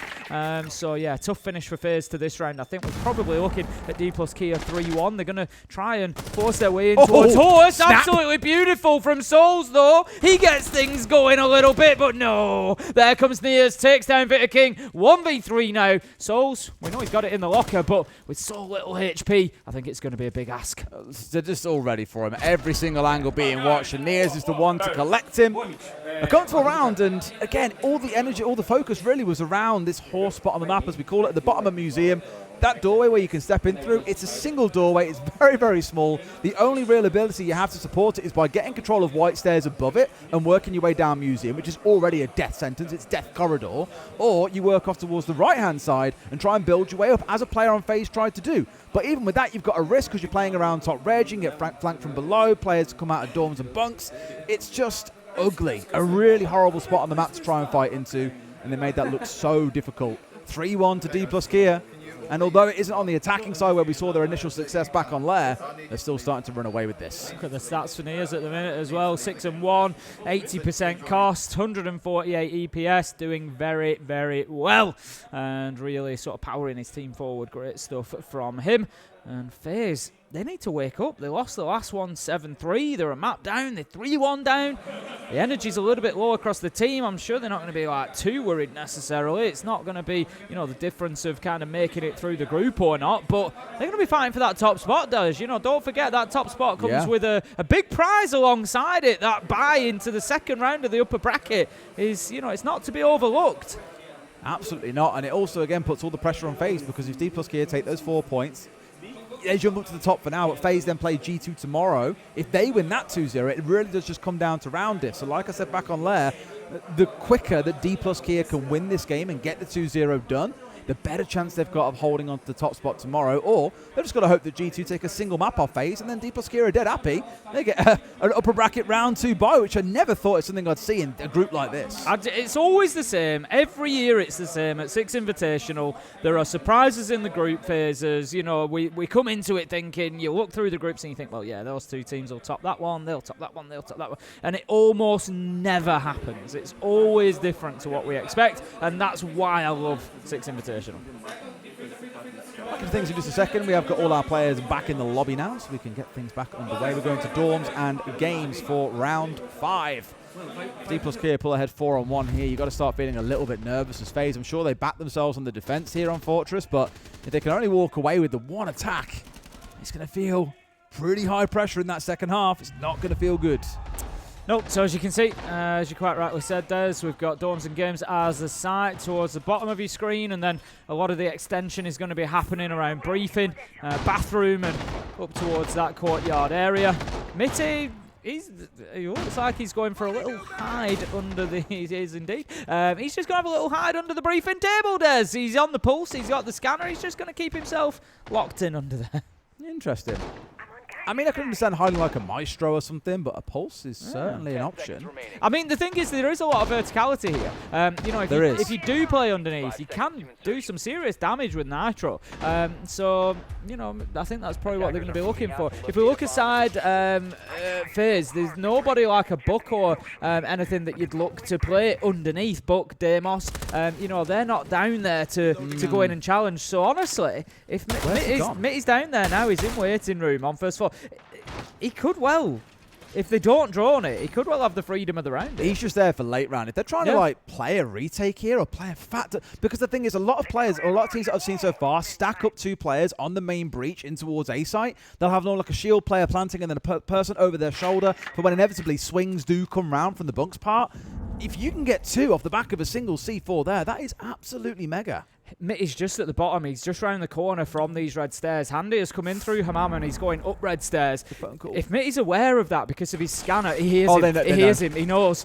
They're aware, but they challenge from both sides. 3 of them! That's brilliant from Dplus Kia. The pulse underneath just plays the distraction, goes back to what he's doing, and they get the kill onto Handy. And it's the Dockerby that's gone. It's the very one that could have chased him down. Brilliant stuff. That's exactly the problem, right? The only one that can help you deal with that operator outside of droning and chasing him around the map is gone. And then he converts it. And then he converts it into a C4 kill onto Souls. Mighty! He's mighty. He only gets one mighty. He does. He's not mighty quite yet. He's just mighty for now. Brilliant stuff from Dplus Kia. Absolutely love that play from them. They just look so coordinated It's as a team. Genuinely, like, you know, my excitement aside, it was really, really nice. Really well played. Great team play to back him up and allow him to stay out there on the pulse and then get the job done. Nitro goes out around the mirror window. Is not going to be successful. It does take the Selma off the wall. I think that's more what they were looking for. I could be wrong. No, it's still there. Yeah, so it did take the Selma off the wall. They're still going to lose the mirror, but they've also burnt another 20 seconds. Faze just not looking up to the task today. Everything they've tried. Dplus Kia have been up in their face. I spoke about it actually back on the first map when Dplus Kia were on the attack that as Cyber was trying to do and did do well in the first couple of rounds, admittedly back on Lair, is get up in their face and disrupt them before they can look to execute. Going that aggressive onto a Dockerby at that stage in the round, it certainly pushes the boundaries of air quotes being aggressive when 3 players are swinging him inside 60 seconds, but it's worked out, and now they've got a massive advantage for themselves. A great spin from Falls as well to get the down to KDS, who really should have found that kill. 1 comes back from Cyber, but he's got 4 to go through. They ain't gonna let it happen.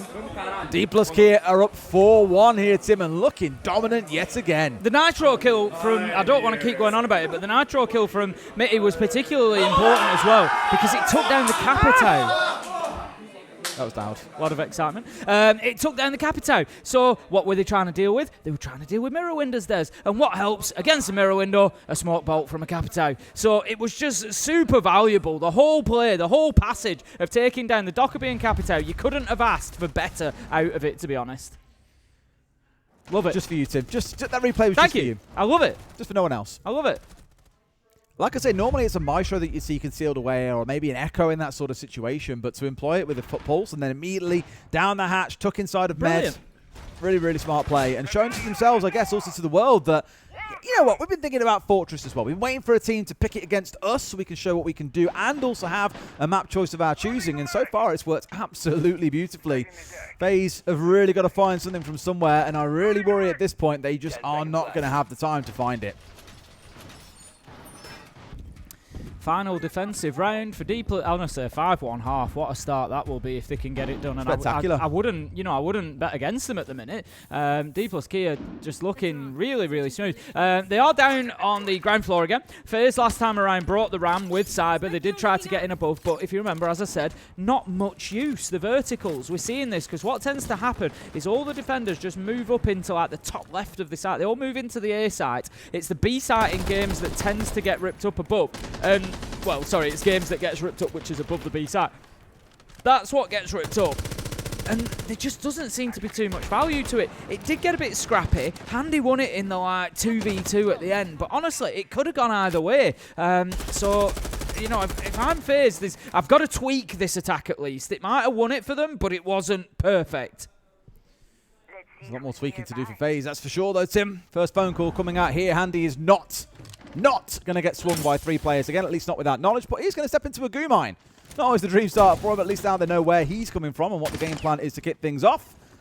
And already you can see a couple of players hanging onto the upstairs here. Inside the dorms, inside the game to try and stop them out here to get rid of at least one. Cyber finding Nears, immediately traded out by Mitsu, disappears back into the map. So that means that they've lost the ram, so the verticals are going to be pretty safe now. They're still all right. They've got the Blackbeard, they've got the Ying, they've got the Dockerby, they've got plenty of stuff to be able to execute. It's just going to stop them being able to maybe open up. They could drop a couple of nades on the ground, I guess. That'd get them something, but not as much as they might have planned for or wanted. They've got no hard breach left on the Ying, so the hatch is going to remain closed. And 4 versus 4, Dplus Kia at the minute, pretty happy to sit inside a site. Oh, just chilling. ain't got to go too crazy though, have you, really? No. I mean, you're down to a 4v4, like you could do with more, but you'll take the first kill that you've got. You've taken the Ram, you've removed their vertical capability. That's the big win in all of this, admittedly. And then looking towards, Mitty I spoke about in the end of that word there. It's the exact player to come on again. He's on the Solus. He can deny a plant going down if needs be from above. That'll be the last phone call now that FaZe have got available to them as we hit that 60-second mark. Everything from here, they have to rely on drones to be able to stop any kind of flank coming on through. Yeah, you hear the Candelas, you know that there's going to be a push coming on the back of it. It's handy. Managing to take down Foles with a headshot. That's good for them. They're getting that manpower advantage at least. Plenty of time, 40 seconds. They're in and around that site, so they don't have an awful long way to go. They can start softening up the utility and starting to push forward. But Toxic Babe canister comes out. If we have a look, no more remaining, so there is no more time to be wasted. Bullet does pick up handy. 3 versus 3, 20 seconds left to go. The thing is, they know where every single one of these players is, are they? So they know where they're coming from. However, Vidaking still finds a kill. Levy getting one back. Every time FaZe gets something, Dplus Kia have an answer. Bullet going low. Down goes Levy. It's just Bullet left standing. And FaZe will get their second round of the half. That could be more important than they know. It's the Blackbeard that's done the job for them there. They've really struggled to deal with Vidaking on the Blackbeard. He's played that super well. Because he's been really patient, he hasn't kind of gone in there like swinging and trying to take every fight there is. We saw him a few times just kind of closing the distance, closing people down. He wasn't dropping his shield. He wasn't looking for the gunfight until he knew that he was in prime position to do so. Really well played. Good patience from Vidaking on the Blackbeard there. And, FaZe getting a job done without that verticality. They brought along the Ram, so they obviously intended to open the floor up above. It didn't work out like that for them, but they still got the job done. So 2-4, they go into that second half, and I'm with you, Des. I think we're going to see a little bit of a different second half. I'm not writing Dplus Kia off. They attacked fantastically well on layer. Are they going to bring that same energy into Fortress? Time will tell. The band's out there, double shield, double electric. No shocking sounds, I'm afraid, this half, Tim. Nope. Things will stay relatively sane, at least here on the B stream. The big one really being available, of course, is things like the Azami that are left online here. The Mirror, which we've seen both teams use throughout this series at different points. More than not, see that taken away by most teams. Just don't want to deal with the extra fortification that she provides, of course, from that class of operator called Architect, alongside Castle, alongside the Azami. And, of course, here, the Mirror, normally seeing at least a couple of those taken away. Are all available, at least for now. Vidaking also jumping across onto the Warden. I think both teams have paid a lot of respect to the other team's capabilities to make use of Ying and Capital. They always want to make sure they have an option. I haven't always seen the Warden be in the dream position when these executes start coming on through to deal with it, but a couple of times we have, where they've been holding corners and flashes have come round and a Warden's been there ready with a shotgun. For a map like this, Warden arguably is even more powerful than other maps because, as I've said many a time now, very bottlenecky, hold a lot of corners with shotguns. What better gadget can you possibly want here than to be able to deal with flashes and everything else coming at you, to just then pump that shotgun a couple of times and get a couple of kills? That is cheeky. How about that? That's I'll very tell you cheeky. What, nobody is now safe on those stairs in ranked. Nope, that's it. It's over. Done. It's done. We're going to see a lot of that. The rush out onto the courtyard. Up and over the top. See if you can catch anybody, but you can see that the pros are already well versed in that one and ready for it. Mitty managing to avoid, so it leaves them 5 versus 5. And it is an important one to avoid as well. He's on the sense, so they're going to be looking to really execute behind that utility. So they really need Mitty to stay on the board here. I want him to stay on the board, Tim. You just wanted ace. I've still got the commitment. It's still there.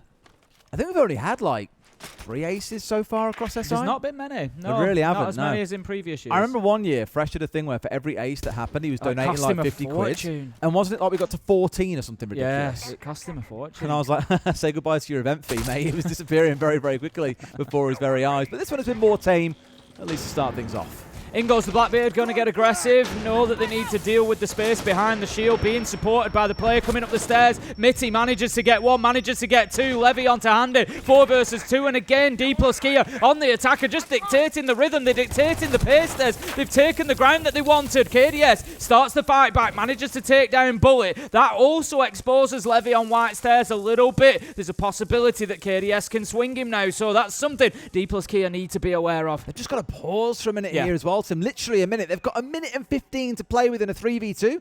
Just take your time. You've got nades to play in behind here as well. You've still got all your players online available. 2 more light screens that you can make use of. You have got to be mindful of that C4 on the other side, though, including the FNATs that are scattered around. If there's a way that Faze can get through this, it's going to be behind that utility. KDS finding at least one, looking in for a second, his souls, but can't quite find his man. KDS has been absolutely critical to this defense. He's playing inside a bedroom. He's stopped 2 from pushing up from tower and from white stairs. The latest one being Levy. Nias manages to find souls. KDS, you've been the hero so far. Can you continue to do it? Turn 2 kills into 4. No, he can't. Nias manages to pick him up with a headshot, and that is 5-2. Dplus Kia. A statement round as well, because you're winning on that attacking side. Something Faze really struggled to do throughout the majority of that first half. They're up to a 3-round deficit now. 5-2 to Dplus Kia. 2 more, and they'll have 2-0'd Faze team. I don't think anyone had that down that bingo card for today. Look, imagine. Just I love this. imagine. Let's torture everybody in ranked more by showing it in slow motion. Yeah, Here's boy. the lineup, everybody. Love that. And this is the thing again about it being a new map. That's the first time that we have seen this, of course, since we've had it at SI. But every single time you see this map played, there's going to be new things that teams have found out, new strats, new ways of playing it, new bits of cheese like you've just seen. Going to stink the place out in no time at all. All them rank demons are going to be sat watching us going, well, actually, guys, that's been there for... We've been doing that for weeks. We've been doing that for weeks. Sorry. That's true. I haven't had a chance to play too much ranks yet. Oh, we're getting back into it with the new season. I have. I just can't stop myself, Des. And you haven't been C4ing like that, have you, on Fortress, Tim? Not been C4ing like that. I've only played Fortress about 3 times in ranked, to be fair. It doesn't seem to have come up in my map bans too often. I like it. I think it's a great map. Really enjoy it. I think the changes have been fantastic. I just wish the Hammam site was more viable. Yes, but I don't hate it. You know, look at how many of our comp maps that we enjoy playing, that we enjoy watching, have got 3 viable sites. I get it. I get it. Lots of them. I just wish it was viable. Look, you could say that for every. I wish Bar and Stage was viable. Hey, look. You know, all I'm saying is Rogue won a major off the back of playing that site. True, they did. It's very viable for those that want to learn it. The one and only time that's ever going to happen. You know, look, I think, you know, there's lots of, not lots, but there are, you know, plenty of sites where they're not, you know, not everything on a map is viable. But Nias manages to pick up the opener onto Handy. That's the Ella gone. Not the biggest loss for the defenders. The gadgets will already be out in place. Nias knows that there's another fight coming. Tries to spin and hit the 180. Can't find it. Cyber picks him up with a very late trade. 4 versus 4. And it's kind of even Stevens at the minute. It was right idea, just didn't quite manage to find Cyber, who's deleted him and now rejoined his team. And I spoke before already about the bottleneck that forms around Horst. You'll probably see a little bit more of the same. In fact, as I say that, everyone has scattered to the wind back towards site. They're happy they've got away with 1 kill, and it means that Mitty can push in relatively unimpeded here on the Thermite towards that northwest side of the map. For the time being, Faze happy to kind of sit on their hands here and just wait to see what develops in front of them. Dplus Kia, left to their own devices, have slowed down a little bit compared to how they were at the beginning of the round. I'm just watching. We've got, they are kind of surrounding at the minute. They've got one pushing, Bullets pushing towards Courtyard. You've got Levy down at the bottom of the map trying to sort of work up from Dorm's side. And then you've got what we're watching here with Foles and Mitty kind of trying to push in towards KDS. But KDS is going to be the one that might, oh no, he's backed out. I was going to say, he's the one that might have found Bullet if he'd have continued going up there. But it's Levy who's been holding that angle for ages, by the way. He's been holding that angle for about 1.5 minutes. Manages to pick up souls. Very good, patient kill. Vitaking to take Mitty though. 3 versus 3. Faze continue to hold on. Yeah, don't forget, this ain't even for the site itself. This is just over what I've always spoke about as sort of like the death bowl of this map in bathroom and in briefing. Absolute wars are waged here by every team that plays it. Once you get control of both, you can look for an execute. They've definitely gone the hard way about this rather than trying to hit direct to site from the south, but that makes things that little bit harder for them. Levy, though, finding his second in the round, traded out by KDS. Bullet one back the other way. It's all down to Cyber, who already has 1 kill to his name, but needs 2 more, Tim. That's it. He's just going to play on site door for the time being. Falls and Bullet need to get themselves moving. Cyber looks to take the challenge, but they know where he is. Can he find the first? Yes, he can. Going to be flashed out just a second too late to save Falls' life. No way! He must have gone off sound. He knew they were coming. He swings and gets the kill. Beautiful stuff from Cyber. Not only that, Des, it was on the Denari shotgun. That's the most crazy part. Up close and personal. Absolutely gross. Wow. Pretty spectacular. I'm pretty sure he started to deflash there, so got a little glimpse of what was going on. But to still come out of that on top, he was down to a slither of HP, both players pushing into him, full white screen for a lot of it, yet still gets himself lay down with the shotgun at the right angle and finds his kill. Beautiful stuff by Cyber. That's the sort of stuff I lose to. And you just think, he's cheating. That's the sort of stuff I lose to every single time. How? Yeah, look at this. Absolutely beautiful stuff. So he switches weapons. You can't see it. You can just see the crosshair change. Yeah. He drops to the ground, switches the weapon, and then, as you say, he's kind of just coming out of that effect a little bit, and I think he hears the footsteps. So, right, I'll hit the shot and see what we get. Beautiful stuff. Really well played from Cyber. I guess that's what happens when you've won everything in the game, doesn't it? Yeah, it does a little bit, yeah. Spectacular from him. It does keep Faze fighting. Still down, though, 5-3. Dplus Kia have that advantage. On the attacking side, you probably favour Faze to pick up at least a couple more rounds and bring us nail-bitingly close towards overtime. Next site will be bathroom and office once we have our couple of players step back in. As you can see in the top left corner of your screen, we're currently going through a brief tech pause. So when our last two are in, we can get the game back underway once again. Yeah, just got a slight issue that we're dealing with there. You can see all the players just sat there quietly waiting with their own thoughts. Faze, I don't think Faze is going to be too worried just yet. This round 9, I think, is the one. I think round 9 is the one. I spoke about round 9 earlier. We don't always get to, round 9 in a 5-3. It doesn't always work like that. But on this occasion, we have. And the reason that I find it important is because 6-3 and 5-4, very, very different scorelines. That's 3 match point opportunities in this case, or it's 1 round difference. Like, that is a vast, vast difference. So yeah, round 9 is going to be particularly important. Of course, on the back of round 9, you go into that final banning phase as well, where you can take away, in Faze's case, the third attacker, and so they can really try to kind of, further break the plans of Dplus Kia. So it's going with our players just exiting the lobby to get us back into it again. I believe it's in seating order they have to rejoin to make sure everyone's in the right spots. All our cameras line up and all the stats line up and everything else that goes with it too. We see them starting to slip back in now, so it should only be about 30 seconds or so we can get ourselves back underway. Of course, not forgetting, Tim, that we have G2 playing next. I'm sure there are a few of you in chat who have joined up here expecting to see G2 playing now. After a good number of hours ago, we did say, it's probably 5 or 6 hours and you'll see him playing. It's a little bit longer than that now. It is. We said it, this is the longest running day we've had so far because the first two series have both gone 2-1. Yeah, we sort of said maybe like 6 p.m. or so, didn't we? Like and now we're at 7:30. We're at 7:30. It's rattling on, and we might have a third map here yet. We'll see. Yeah. It's looking like Dplus Kia, they are certainly capable of wrapping this up, but whether they will do or not is obviously another question. We're going to be going back up to that top floor. It's going to be command and bathroom. Will be our site where Faze continue. I said this is the last round before they get another ban. So once we've played through this round, they will be able to take another attack away, but we'll also lose a defender as well to Dplus Kia's ban. We've got the mirror. I think we might see the mirror go because Dplus Kia have had to deal with that a couple of times. So KDS has been actually playing really well on the mirror. I know they're only 4 and 7, but they've had some really important kills and been a bit of a nuisance. So wouldn't surprise me to see the mirror ban come in. Time will tell. Maybe they will, maybe they won't. Maybe we'll get. I was going to say you're not really going to take it away on Azami or something unless you're kind of preempting them using it, because it could be that Faze have kind of avoided the Azami for the first few defenses, and then they'll bring them. If he doesn't get banned out, then you bring them in the final 3. But we'll see how that transpires. First of all, we've got to get through this one, and the score is what's going to be important. Do we end this round 6-3 or 5-4?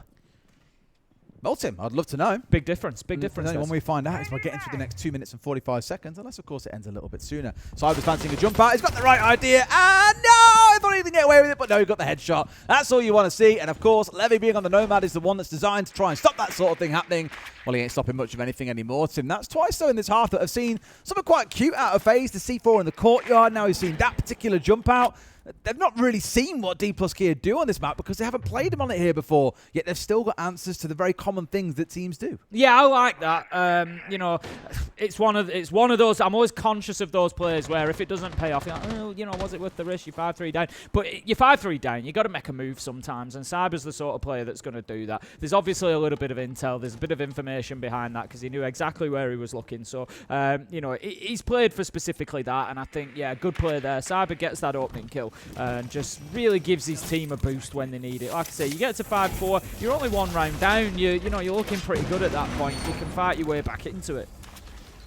Alright, well, for now, they've got control of the part of the map they were looking for, which is inside of games and dorms, and that means everyone's back on drones, figuring out what the next move needs to be in an attempt and a bid to try and neutralize somewhat this 4 versus 5 they're in. They sorely need a kill, all stats up behind Falls, I'd expect at some point, given he's on the shield, but there goes Mitty finding one and walking straight into Vidaking, who's more than happy to say thank you very much, I'll take that trade. The aggression from Mitty there, he gets one and he's just going to keep running into the corridor. He just wanted to keep going and taking gunfights forever. Falls is taken down 4 versus 2. Faze are looking pretty well organised and happy to play behind this defensive line that they've got now. They've got Toxic Babe cams coming out just to that breach into briefing, just to hold them back a little bit, burn a bit more time, and yeah, they're being moved around with, the remaining utility from the attackers, the nades, things like that, but it's really not harming them, to be honest. Vita King just dips away and then he comes back onto that door. Diffuser's down cold inside a briefing as well, so, if they commit or overcommit to going and getting it, Nias has grabbed it, but he's going to have to challenge this door, and honestly, Vita King wins this. Every day of the week with the shotgun. Too easy for him to collect the second. Nias goes down. Bullet not long for this world either, it seems, with 4 players bearing down on him. This one's pretty much chalked, and as you said, Tim, round 9 is super, super important. Important enough that Faze will find a way over the line. 5-4 to Dplus Kia. Do you smell a comeback, Tim? Faze always finds a way, Des. Faze always finds a way. They're looking certainly like... I said this, it was always going to be the second half that was the big question. Dplus Kia were great on the attack of Lair, but Fortress is a little bit of a different beast at the minute, and they were very much on top of it. So, yeah,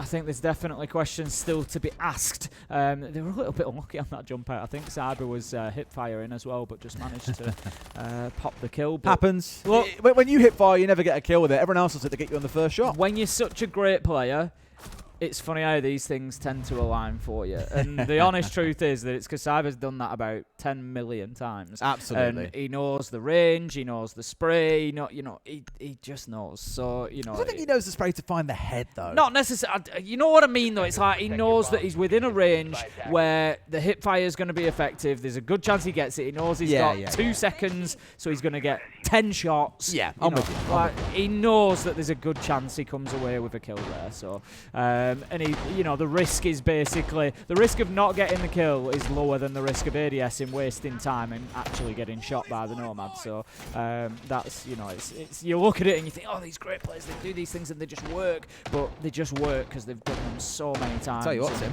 they know what's going to go. It's not just our stream that's having a bit of a long one as well. Over on the other stream, they've just gone to map 3 in their civs. The team Fluxo, W7M. That was always going to be a big one, wasn't it? And going to Labs the Decider as well, which would be a really exciting affair to see how that one plays out. Maybe production have seen into the future, because they told us that W7M were Fluxo W7M were the unofficial world champions. I've traced it through to Team Secret. If Fluxo W7M win by the end of the day, production have seen into the future. Production are just living on a different plane. It's so true. Like, us mere mortals, us casters can only possibly comprehend the knowledge they contain within. But we'll find out whether or not their unofficial world champ stays a secret, or if it does indeed flip over back towards Brazil. Imagine then if Faze get matched up against them in the first round of the next round. It'd be amazing. Imagine a final where they compete for both titles. It kind of doesn't matter, so it sort of resets and goes to them anyway, right? Oh, but it'd be cool. If you'd reclaimed it at the same time as resetting it, that'd be cool. Yeah. Right, here we go then. Round 10, 5-4, and like I said, not looking too bad for Faze. If that last round had gone the other way, they'd be facing 3 match points right now. So they're sitting pretty as it is. They're going to be defending down on the bottom floor. We can see they've got Souls inside of games and dorms at the minute. He's going to be the one trying to hold on to that verticality above, and it looks like Dplus Kia might make a little bit of a play for it. Really aggressive from Handy here, being super on it downstairs. He's got cover, of course, from his teammates upstairs, and they know what's going on inside of Med. They know someone's vaulting inside, so he knows when to turn around or to head back upstairs and rejoin his team. Just got to be careful he doesn't get cut out at the top of those stairs, because the top of blue stairs is a window, also a drop that can come on through. So if you get stuck down here, well, then you're in a very precarious situation. And rather than running up the stairs, he's doubled down and gone deeper into Med itself, Tim. And he's now looking to wait to see who pushes in next. Could get a freebie here if they don't draw him out appropriately. Yeah, but he's just going for a little bit of a stroll through the middle of the map there, seeing if he can catch any extensions. And they have got Levitt with the ace. Cyber's actually working around behind them. I was just going to say he picks up Foles, and that's going to be another good entry for Cyber. Faze certainly seem to have woken up on Fortress here. They're getting a lot of early round advantages. There's only a minute left to go here. And Dplus here, a couple of them are still outside of the map. Great shot, looking for the next long-range one. They're all missing because of the scope on his gun, though, I think. Might go down for 3, but no. Finds one, doesn't look for the second. Just about missed him, and he sets back onto the right. It's unfortunate for Nears there. Could have racked up 3 or 4 kills if he was lucky. But for FaZe, it's lucky for them. They've balanced things back down to a 3v3. Yeah, just swinging at the same time. It was smart from King there, just trying to cover his teammates. And that's exactly what he's done. You love to see it, though. Bullet over the top rope. Manages to find a kill. That's Cyber gone. 3 versus 2. They know exactly where King and Souls are. Can they go and get him in 15 seconds? That's the big question. The time is ticking. Got so much utility to work behind. Last smoke comes out here as well. Great spray down from Souls as well. 2 more coming on through, but they found what they need here, Tim. It's all down to Bullet, and he won't get away with it. King and Souls going absolutely clutch and bringing us up to 5 apiece. I think King's starting to enjoy his game, Tim. He's pretty happy with that round. I think he was happy with the finish there. That was 2K, 3K in the round.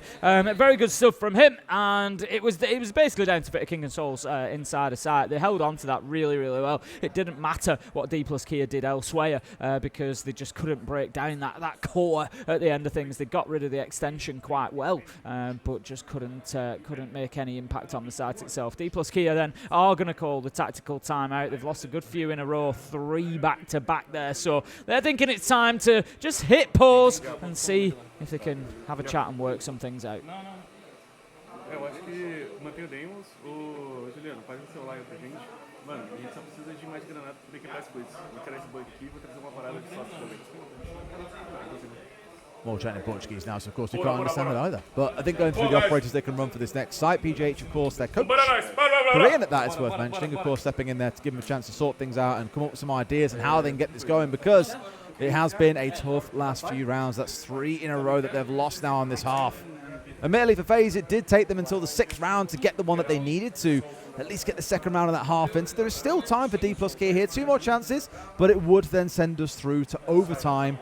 And given how things started out, I can only imagine Dplus Kia would start on the attack when we get to OT. I'd honestly love a bit of overtime here. I'm really enjoying this Fortress. I'm really enjoying this game as a whole. I think, Dplus Kia have been way more competitive than, I'll hold my hands up and say, than I expected. FaZe have been so dominant so far. I really thought that it could be trouble for Dplus Kia, especially the result against G2, but it just shows how open this group is, to be honest. But yeah, I think let's have a bit more Fortress. Absolutely fine with that. Right now, we're going to be getting back into this very, very soon. And as soon as we do, FaZe are going to be looking to continue that 3-round streak that they've got and keep things a-rolling. Yeah, go back up to Dorm and Games. It looks like it's going to be the game plan here. It's where they first started this winning streak. It did take that 1v2 from Cyber, if you remember, through the flash with a shotgun to get the kill. So we know that Dplus Kia can attack it well, that it demanded a clutch from the other side to see it out. So certainly one of the riskier ones to step into, but I guess their main thing is if that's the site they've started the defense on, then who knows which site can come out on top for them. We've got a lot of data to go on to kind of say this is the better site or that's the better site, or we know we're more successful there.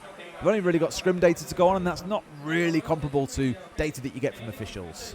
Just got a little bit of a tech pause as we come out of the tactical pause. We did there's been a lot of things going on over the last couple of rounds. The score has been the more important focus, but the bans, of course, did come through, and I was correct. It was the mirror ban. They did want to take that away from KDS. It's been a constant thorn in their side. I feel on the attack it's been quite a focal point for them. It always something in the background that they've had to deal with has been those mirror windows. So they took that away just to try and prevent KDS maybe having such a big impact. Shock horror, Tim. Mighty is up there again. Same as he was on the last map. Having a great time so far. Cyber on the other side, also the name that's matched up alongside him, but just falling behind his counterpart. Not that it matters too much right now, because all that really matters is the score in the game, and it is 5-5. Dead even between the two. I'm very excited to see which way it goes from here. It's absolutely anybody's. Let's not forget as well. this is Faze battling just to stay in it. Yeah. Like, they're one map down. Like, Yeah. Faze could literally lose this in the next couple of rounds. If we have a look towards the decider, it's going to be Chalet. And again, it's They love pretty, Chalet, I'm pretty it's sure. pretty. They do like Chalet. They like everywhere. I said this to you. It's kind of Faze have got to that point. I used to say the same for old BDS current Falcons. I used to say, where do you take them? There's nowhere you can take. Like, they will play everywhere and they're phenomenal everywhere. And I feel like that's Faze now. It's like they will literally go and play anywhere. They're an absolute nightmare to try and map ban against. They must be. But looking at kind of recent history of Chalet for both teams, it is a higher preference map for Faze. They do like playing there. But Dplus Kia 3-0, Faze 6-3. So, not too dissimilar in terms of the win rates there. Dplus Kia are actually better on the attack of Chalet than Faze have been historically, and then both quite similar on the defense. So it's absolutely anybody's, you feel. I love they launched into that with a Lion scan, like just in case they're trying that C4 nonsense again. We'll get that one out of the way now, guys. Very good. No one's going too mental. What I really want to see from Dplus Kia in this round is not try and force your way through that top side. As I keep on saying, it's a death bowl. Trying to get your way through bathroom and through briefing is a nightmare. Let's just do what a few other teams have done and focus on the south side of things. This is where we had the pulse here previously as well for the defenders to go drop downstairs, look for a C4 from below in case they did try and plant in a more default spot. But that isn't the case in this round. You're looking to a more standard setup out of the defenders. So I actually think trying to avoid all the nonsense of working through the interior of the map probably isn't all that bad a shout here. Just keep it simple, go direct to site, get the small amount of control that you need. You don't need to do a full map clear. Yeah, keep it simple. Keep it simple. Fewer moving parts, fewer to go wrong, essentially. We're going to have Levy. Yeah. Okay. Yeah, fair. Okay. Yeah. No problem. It's a Nomad dying first again. Yeah, Levy just wanders into site and just gets taken out in the middle of site. That didn't work out at all. Handy from inside a briefing, I think it was, that picked him up. And that's, not an ideal start. So 5-4 for Faze. They've got themselves a nice advantage. It was honestly the last thing. After three rounds in a row of Faze winning, it was the last thing that Dplus Kia wanted was to come in and to take that entry definite. It is going to open the wall through into bathroom. This is not into site, but it is getting them access to nearby at least, and they can start holding angles on in there. They need to deal with it. It's KDS again in briefing. We saw him playing there previously. He has been forced back now, but if you remember, he was holding that long angle with the peak all the way down towards White Stairs. He's been kind of trying to do the same thing again. He is going to take a lot of damage there though, so he needs to be cautious now. He's got himself back into sight, and briefing is now pretty much in the control of Dplus Kia, so they can start aggressing forward. They can. This is really risky because of the longer angle off towards his left, but gets away with it. He's got to move away here. Timur will get himself blown up. They try and impact the wall, but it just does not work out for them. That right side now fully open for them. Looking for his man on the other side. Mighty gets rid of one. They need to send the Blackbeard in first here because Handy's playing on that tight angle. Might not be able to stomach a shotgun. We'll see as he goes around. It'll all depend on the aim. Handy is still playing it tight around that corner, but Mighty, he's trying to get something going for his team, but Faze have got crossfires all over the place here. There's just absolutely nowhere that you can go. Vitaking with a double. He's having a great game, and it continues here on Fortress. It's looking like Faze are going to be the ones with the map point opportunity, but Nias, he has something to say about it. Gets a late trade. Bullet brings it back to 2v2, Des. The Souls has got the one down that he needs here. It's all down to Bullet, and he's got a lot to do. One to his left, one to his right. This ain't feeling too pretty, and once again, briefing proves to be the death bowl of this map. Faze up to map point and might be about to send us through to Chalet. Yeah, so many teams that we're seeing on the attack at the minute push themselves into briefing. It's always the focal point for those two top floor sites. Want to get into briefing, but every time they do, they kind of get stuck in there. They get, like you say, it becomes just a death trap. They're just, waiting around to be killed. You play somebody on the door, tight angle with the shotgun, and it's very difficult to make any progress in from there. Maybe a bit of utility needed, the odd nade or something just to try and shift them about, but Faze do a great job of holding on to that. Credit where it's due. A lot of crossfires there, a lot of support for each other as teammates. Another good round from Vitaking, and he's really kept them in it and propelled them now to an opportunity to get Fortress 1. That's it. I think they can do it as well. Like Dplus Kia, as much as they've looked good throughout the game, they've had the majority of entries as well. They've looked and started a lot of these rounds well. Faze just hunker down and play how Faze often do. which is to be stifling. Yeah, slowly stifling at that as well. They're not going to be exploding forward into your face and trying to meet you around the map as often as maybe we saw back at the start of the half. This is much more cut and dry Faze that we're used to seeing, and they get to do it on what many consider to be the best site on this map inside command and office. Well, commander's office and bathroom. Bloody sight. Cyber again. We saw him with the run out earlier. Cheeky bugger. He's don't get too excited. There is a wall in between them. He's waiting for his opportunity, but he hears it. He knows it's coming. They are careful though. They're watching for it. Does take the shot. It's going to do a little bit of damage to Nears, but nothing too major. Levy manages to find KDS actually with the opener, and interestingly, you spoke about entry stats. There's another one as a follow-up stat is that only 2 rounds have gone against the entry kill. Will it mean anything here? 5 versus 4 in favour of Dplus Kia. I guarantee Dplus Kia are begging for it. It would be a mirror of that first half as well, where round 6 is the deciding one. It gave Faze that little bit more breathing room back in the first half. And here, it could be what gets Dplus Kia to overtime. As I said, I'm a little bit concerned about their chances when we get to OT. They will no doubt start an attack, at least I think so. We'll see how things build out from there. Seen on the drone, though, we're going to see the DMR of Souls has to now back away. These get slowly trying to be working their way through the map here. And Tim, what I like about it is they've very much said, okay, we're not going to try and go through this very, very cramped top part of the map. It's a little bit more open down to the south. We'll start out there, build our way through bunks and in through games, but then they'll still find themselves coming up against that absolute bottleneck that is briefing. Reinforcing wall. Keeper barricades being deployed then just to make that passage through a little bit more difficult, and it just gives a little bit of kind of pre-warning if the approach is coming, because of course it needs to be shot or punched out. We have the Candelas going in, and there's not going to be too much movement on the back of it just yet. They do get the wall open. Again, a focus into briefing. They've got the Ash working underneath as well. Mitty, he's going to move his way up Old Tower to come and join the party in briefing. I think I'm going to be sick and tired of this angle where Falls was just standing a second ago and now Mitty's in there, where you're watching on towards the courtyard corridor.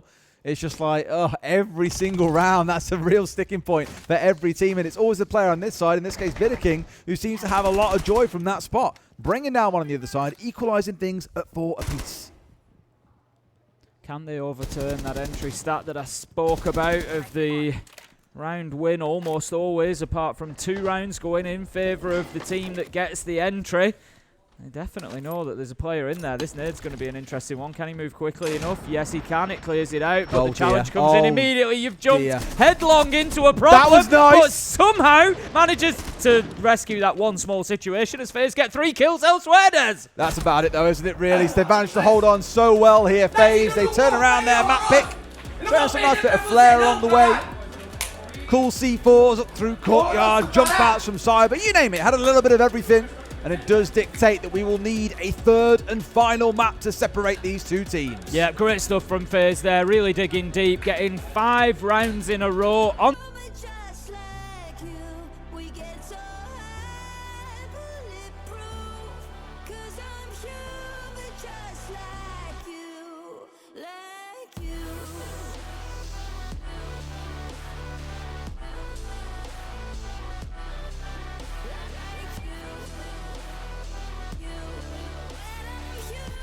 Just like you, I'm gonna fly, break on through.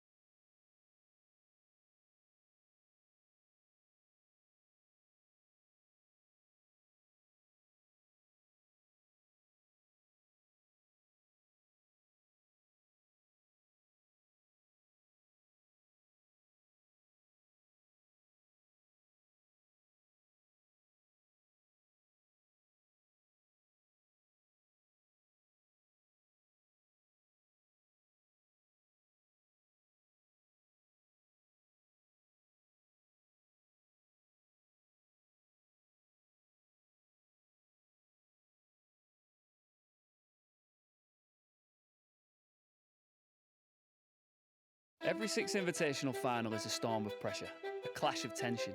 They leave a mark that doesn't fade. Boston, are you ready? The Six Invitational 2025 begins now! We need to want it, CSI. We need to want it. Everybody always talks about being mentally prepared for a game, and no one really knows what that looks like. Especially that pressure of SI. As a player, that eats you up.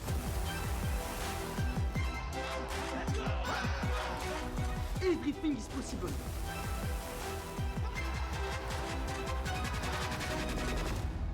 Let's go, guys. Let's go, guys. Let's fucking go.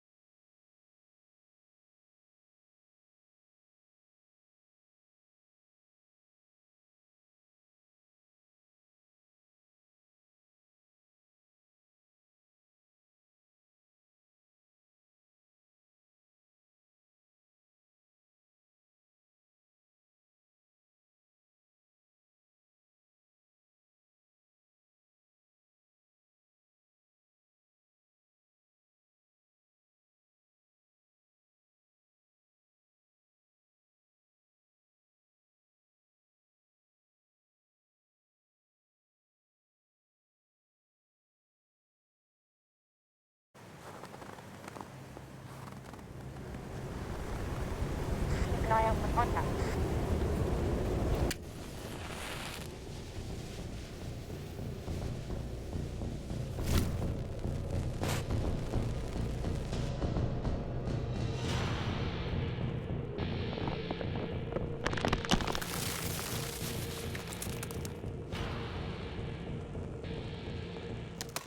Available now.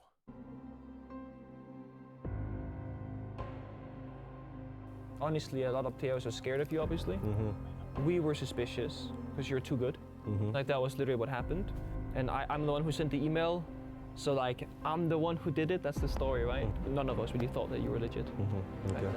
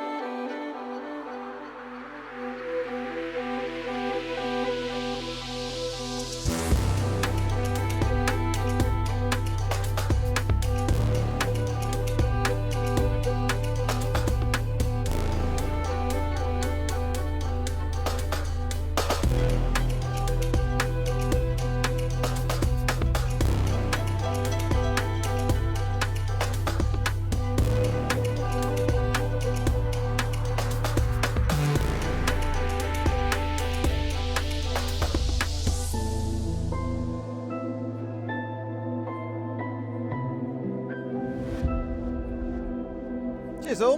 This is Brazil Organic Coffee. There you go. Which is the best way that I can describe this game. It's turning into a classic organic Brazilian showdown, Tim. I know it might be an APAT team, but of course Brazilian players against Brazilian players certainly makes for an interesting blend, and hopefully this one keeps us nice and wide awake because it is map 3. Winner takes, well, not quite all. They take 3 points and the loser takes 1. So that's kind of ruined the whole thing I was going for there. But we'll take it anyway. It's Chalet. As we've already alluded to, we feel like this is a better map for Faze, but we thought coming in this could be a 2-0 to Faze. And look how wrong we were. And just in case you want to recap from the last map, Niers way out ahead. I believe he was 14 and 7 on kills. Vidaking on the other side, not quite hitting those lofty heights.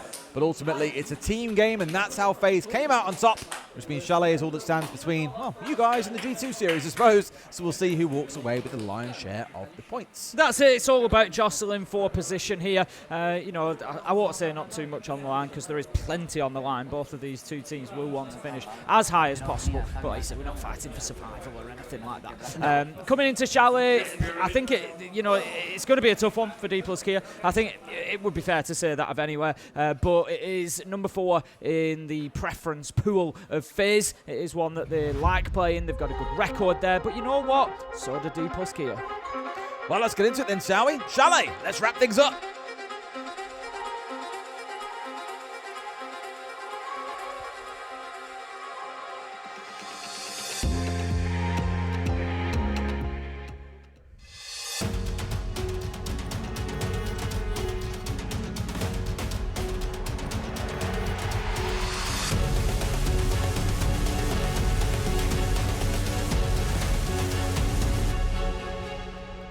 One thing I will say, Tim, is it feels like Dplus Kia came into this game prepped, ready, and fully aware of what FaZe are up to, except for, of course, on Fortress, because how could you know that? And given how prepped they look back on Lair, I think we're going to see more of the same here on Chalet. They start on the attacking side. They've looked brilliant at attacking so far today, Dplus Kia have. So I don't think you're going to see them just bow out very quickly here on this map. I wouldn't be surprised if we have another one going to all 12 rounds of regulation, or, dare I say it, a little bit of overtime. Who knows? Because are you an owl now? who knows? Because we'd all love to see it. It has been a great matchup between the two of them. 7-3 on Lair in favour of Dplus Kia, 7-5 on Fortress in favour of FaZe. It's been a real kind of war of attrition on that second map. It was 5-2 at a point, 5-3, and then FaZe just kind of fought their way back into it steadily from there, up until the point where they won 7-5. So great stuff from them, but definitely work for Dplus Kia to do here on Chalet.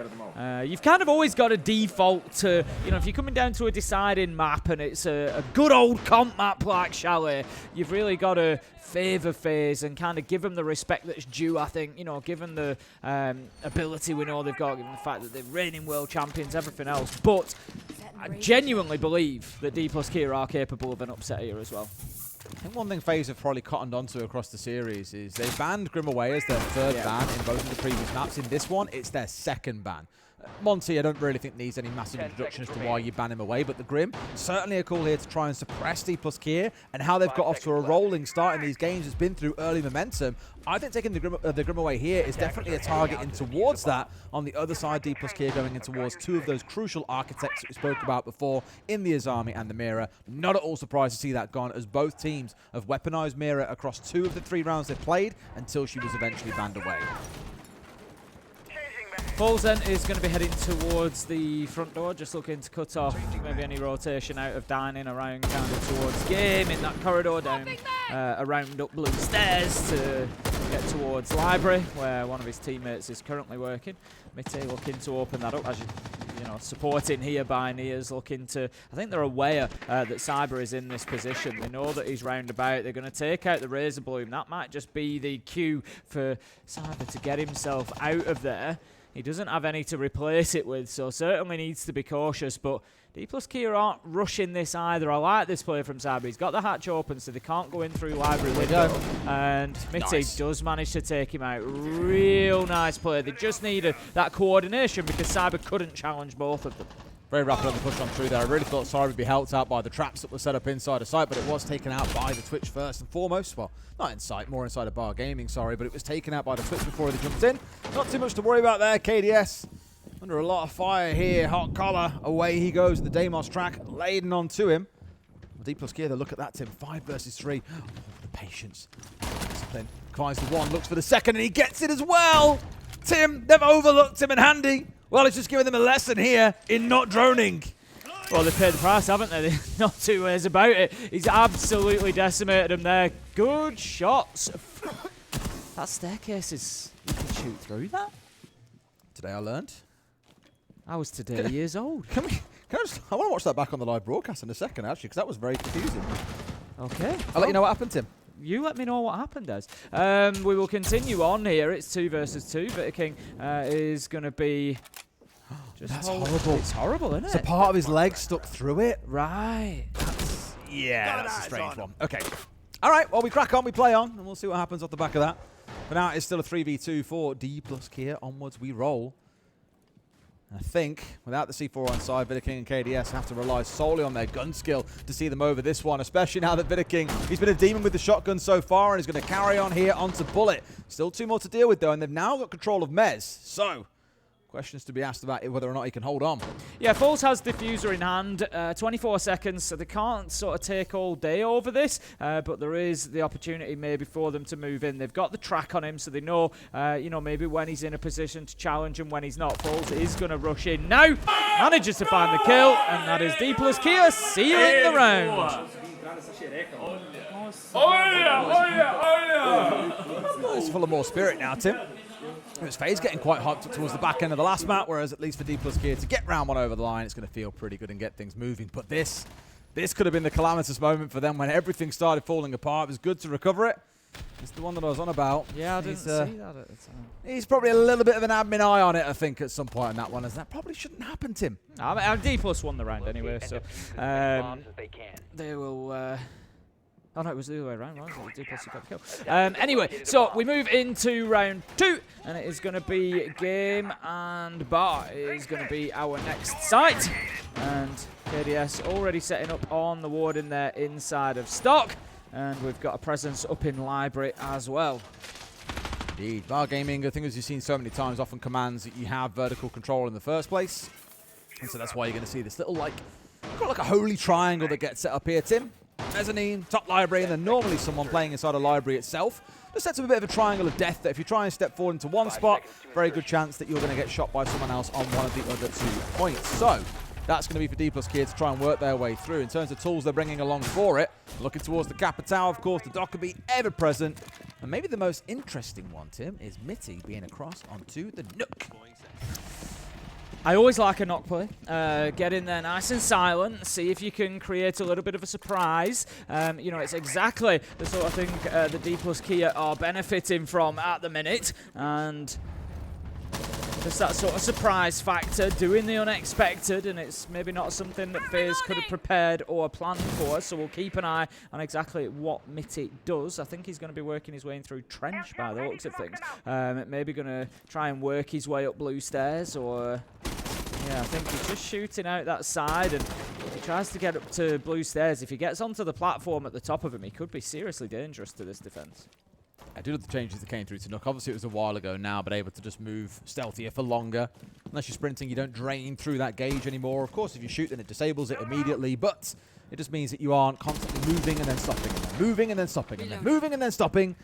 Instead, you can just keep on moving, as long as you aren't doing it too quickly. Pulse of Souls getting some eyes on what's going on above him here as well. You can see the yellow pings coming on through, just to let his team know that there is someone stationed outside. Anything too crazy going to happen? I really doubt it, but it is Cyber falling down first elsewhere as Falls finds him at long range. Another entry going in favour of Dplus Kia, and gets them a nice little advantage here. Handy does level things out, just as he did last time with the kill onto Bullet, so brings it back to a 4v4. Dockerby gone as well, so a big loss there with at least one phone call that is going to be lost. And here goes the knock. I suggest it might be West Main, might be Blue. He's going to head up there and then across towards site. I think they're going to be very, very surprised by this. I don't think Faze have got any idea that he's about to wander onto side door. Needs to be careful with blue stairs, though. Got to be careful of everything here, but they've also timed for a 2 versus 1. He still hits him first.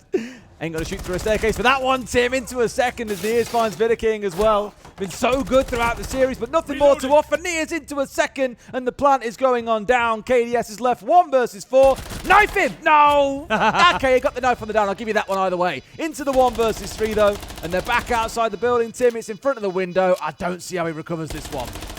No, I would agree with you. KDS is going to move himself through into stock. Doesn't matter, as Falls is going to be the one to find the kill. 2-0 Dplus Kia.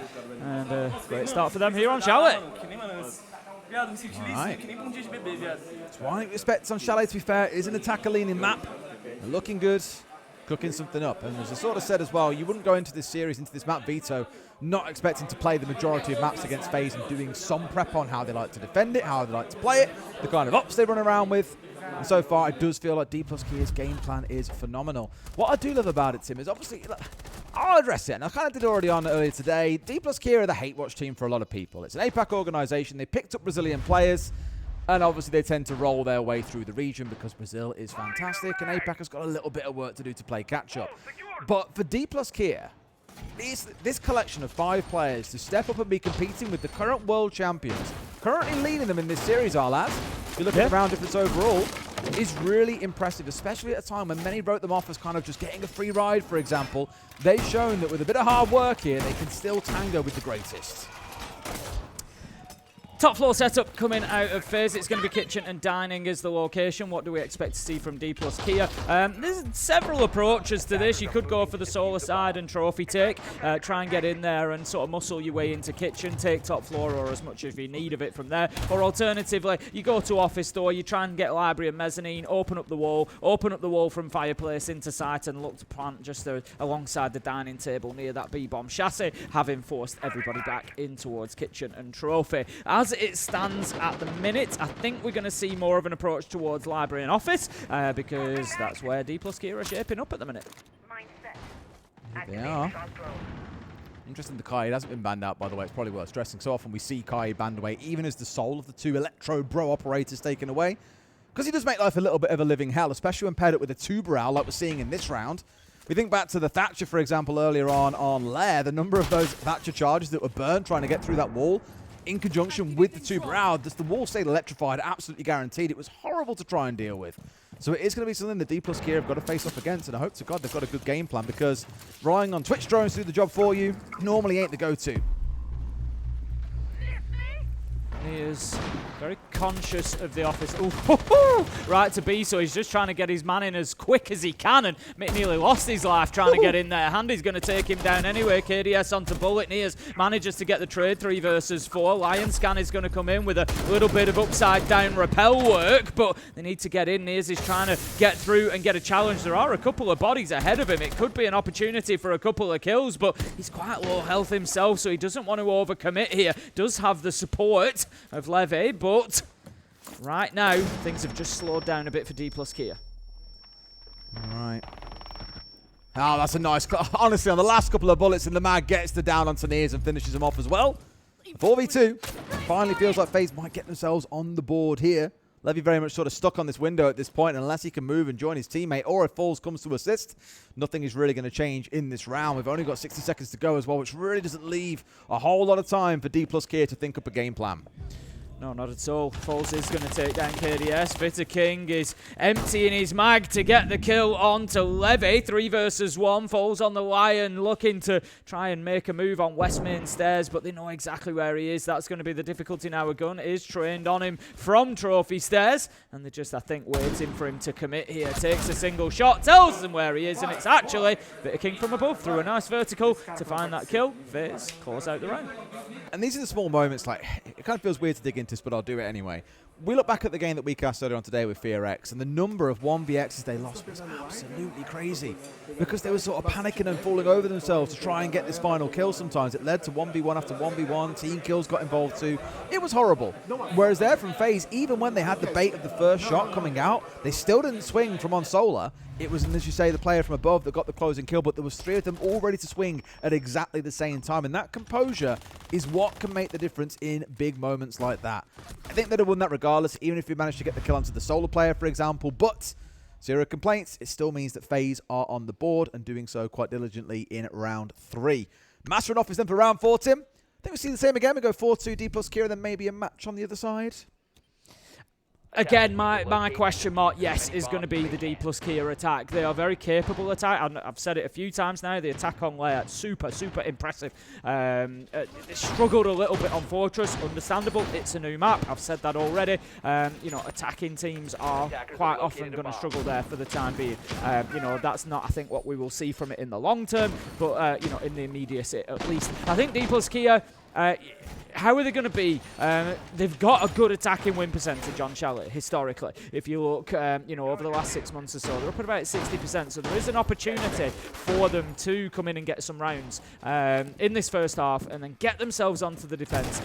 They just need to do enough work here. And that's why my questions sort of continue over the attack. If they can get the 4-2, then, yeah, I think they could maybe do it on the defence. Nice to see. I can still see there's quite a bit of discourse about what happened in round 1 as well. And just to raise, we've had word from the admin team, which ultimately, unless a team raises an issue or a concern to the league ops team, they won't investigate. That's the rules of the rule book. It's a free kill onto Cyber. Great find. Bit of a kicker, yeah, and absolutely great to get a free. But just to round out that point, Faze obviously got to say, Faze weren't bothered by it enough to raise it to be an issue and have it investigated, so the game carries on. You may not like it, but those are the rules of the book and as the game stands. Would you say they weren't phased by it? Drone activated. Yes, Tim, they were unfazed. Right, here we go. They're going to open up that garage and look to move on in. Soft breach is nice and successful, and they move in with speed and purpose. Mythic moving straight through to Wine. Now, if we have a look across the bottom of your screen, they're very concerned about somebody being down there. We can see there isn't anybody.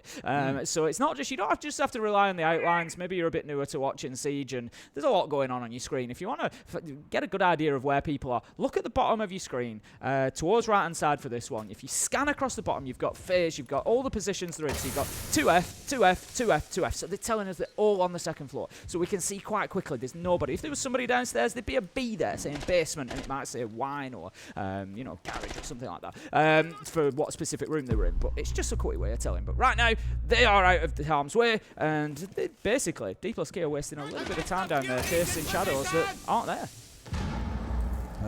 Being cautious is still a good thing, I think, because we've seen a couple of teams earlier on today having to dry peek corners sometimes, like going without drones at their feet, and it's like you just don't know if a player is there, so you have to be cautious. At the same time that he was down in basement, we did see 3 or 4 drones all flying around the first and second floor just to see what was going on elsewhere for other players to move on through. Mitzi in a good spot here to try and maybe get this kill, but no, just about snaking away is the player on the stairs. It's Handy. 3 players up for Faze here. Not looking too good for them, given Dplus Kira have got a whole minute to play with. And there's a track coming in on towards Handy. C4 in towards Box. Right idea, just not quite finding the target. There is the trade there, though. He manages to pick him up. Looks like a challenge coming in from King again. He's having a great day, but he just can't do enough on his own. That's the problem. Another kill picked up. He loves on the a shotgun trade against today. He does. He really does. 1 versus 3. He's going to try to hold sight down, but with 40 seconds left to go, plenty of time for Dplus Kia to kind of massage this one and to make life difficult. They are all coming from the same side, though. That is something for King, at least. He's not going to be pushed from multiple directions, but it doesn't matter. Nias manages to find the shot around the corner from Ivy, and that is going to be another round. I said they needed, I think, at least 4 on the attack. Dplus Kia showing their ability. I said they've been good on the attack of Chalet previously. It is what we would expect from this map. Question is, can they be as good on defense? Faze timeout. Indeed it is. Not surprised from Faze either as well, because they are down on a map that, again, they really enjoy and have a good history on. But they're down 3-1. It's kind of to be expected on the defense, but really you've still got to be coming out of this with a 3-3 split, Tim, and they simply aren't finding it just yet. I do want to give a nod towards Mitzi again. Like, he still stands here as the kill leader in this game overall. Yep. But across the series, he's having a phenomenal series where normally he'd be shouting out players like Bullet. Yeah, he's been going big. He's certainly done some heavy lifting at the beginning of all of this. Handy and King are, in all honesty, keeping Faze in this right now. Yeah. And I know, Faze are kind of slipping behind on the scoreboard, and they've gone for the tactical timeout now.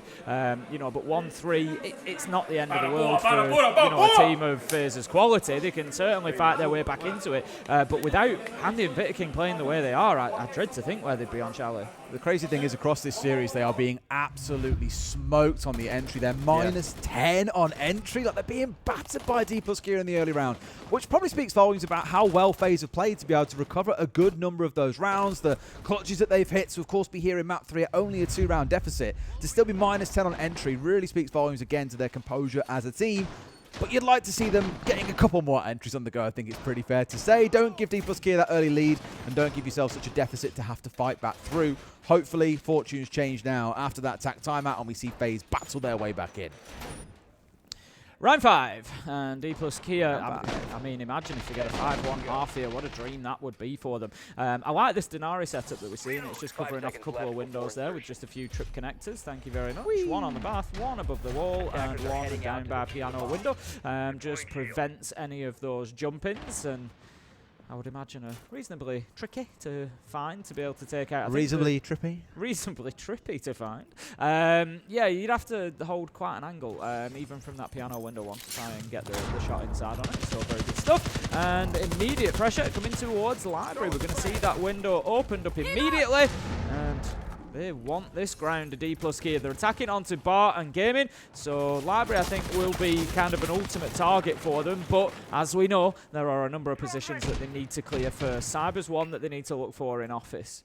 We did kind of skip over the bans that we saw earlier as well, the Ella and the Blackbeard going away. I really wondered if we'd see a Blackbeard ban at some point. I'm kind of glad we have. There's been a lot of Blackbeard use. Across the whole court. I'm going to dig into the numbers in a minute and actually see the win percentage of Blackbeard, because I've seen, although it's been very, very popular, it's not like the Blackbeard itself has been getting the kills. It's more the players around him that he enables. But here we go. Blitz is in, and the choo-choo train is coming on through in towards Split. He's looking for what he can here. 2 players right in front of his face. All he's got to do to him is be a little bit of a distraction. There's no C4 over the top, but that plant is down, and he is out the window.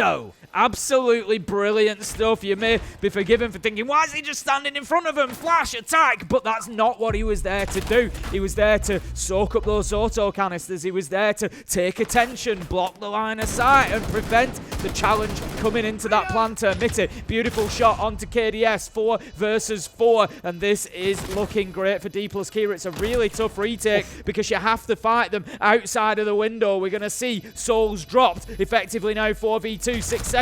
There's nothing they can really say to this, Tim. Souls is still down. Cyber is alone. He might get a kill upstairs here just to pad the stats a little bit, but the actual recovery of the round simply isn't going to happen. That's Dplus Kia going up 4-1, and that tack timeout doing very little to help Faze. This could be over before Faze know what's happening. They are absolutely racing through it. Faze at the minute just, I think, desperate to get into that second half. Maybe things will change up for them when they get onto the attack, but maybe not, because Dplus Kia just rolling with confidence. I did go and look at Blackbeard, by the way, and as you might expect, he has one of the highest pick rates throughout the competition, picked in 30% of rounds where he's available. His win rate is actually down at 41%, which does sound really low, but generally what you tend to see is an operator is picked more, their win rate comes down because more and more teams are using them, and it just neutralizes things out because they're quite common operators, whereas more niche ones, for example, our best attacking operator right now, I don't really want to use Jackal because it's kind of cheating, he's only been picked twice, but he's won both, would be Dockerby. Picked 26% of the time with a 54% win rate. Just goes to show how effective she is, for example, because she's got such a wide pick rate, but also a very, very strong win rate too.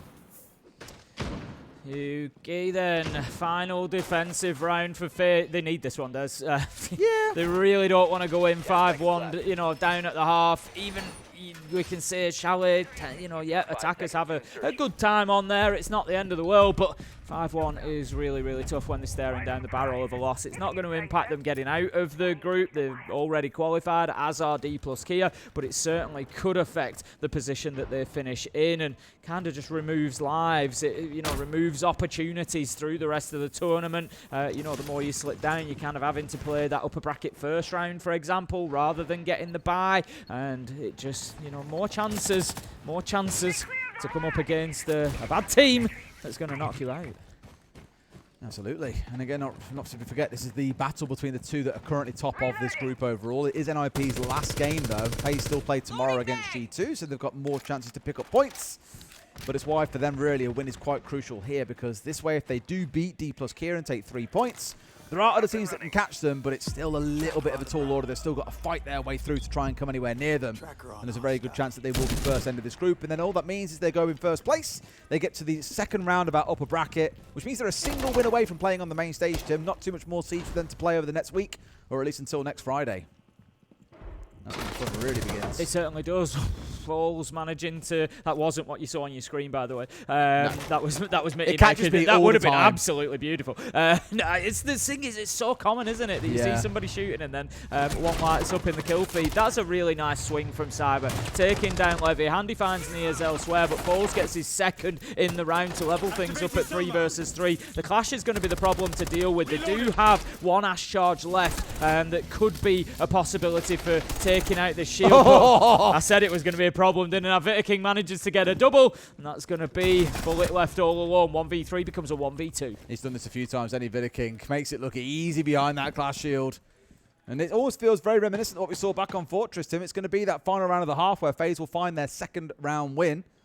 And that could be what propels them on to a map win, just like we saw back on Fortress. King relocating upstairs along with KDS, both now sat on site and just waiting for where Bullet's attack comes from. He's still got quite a lot of time to work with, but I don't really fancy his chances against the Clash. No, they know where he is as well now.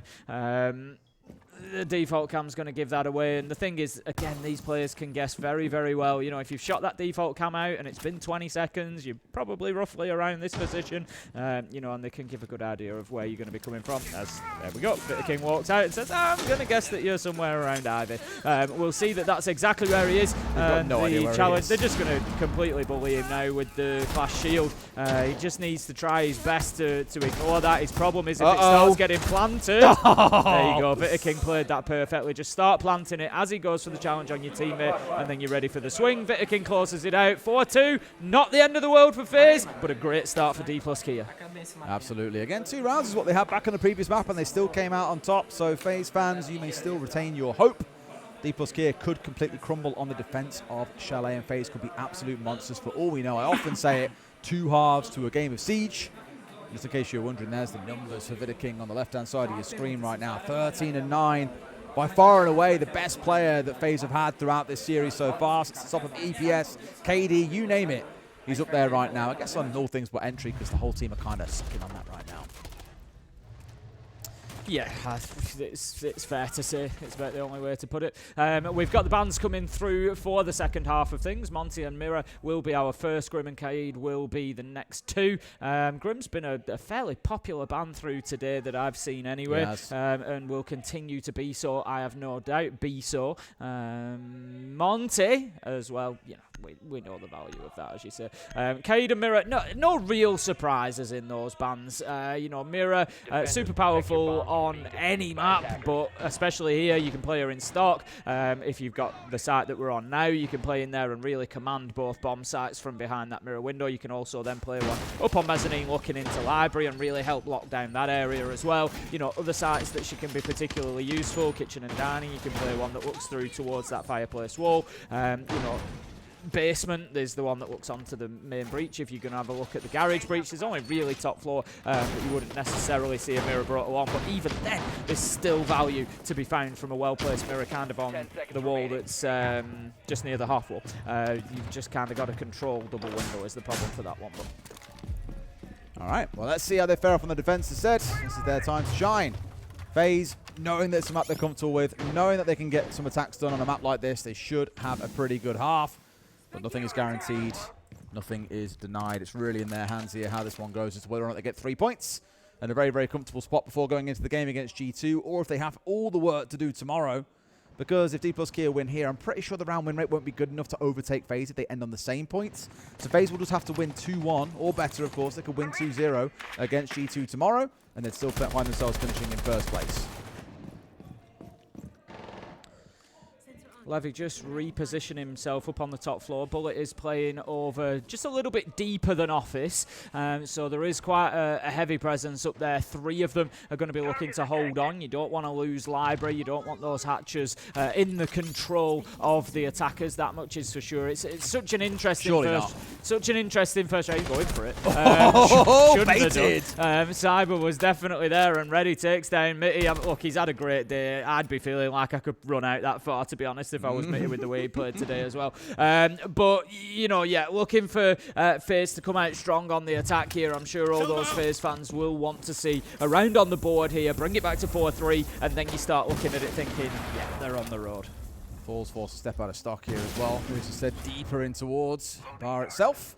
So gaming left exposed, unless, of course, there are players above, which right now Near sits up above on mezzanine, giving them cover from up yonder. Now, the windows itself is where you start to get pressure building up from the attackers here, just to try and force him away, because once he's off Mez, they have that top floor, they can look for a plant. That's exactly why the challenge is now starting to come in, and he just spins on a dime, finds Souls, quite literally takes his soul at that point, Tim. 2 more fall down as well, but we're into a 3 versus 3. That initial flurry that's taken place is certainly favouring FaZe, though, as they come out on top.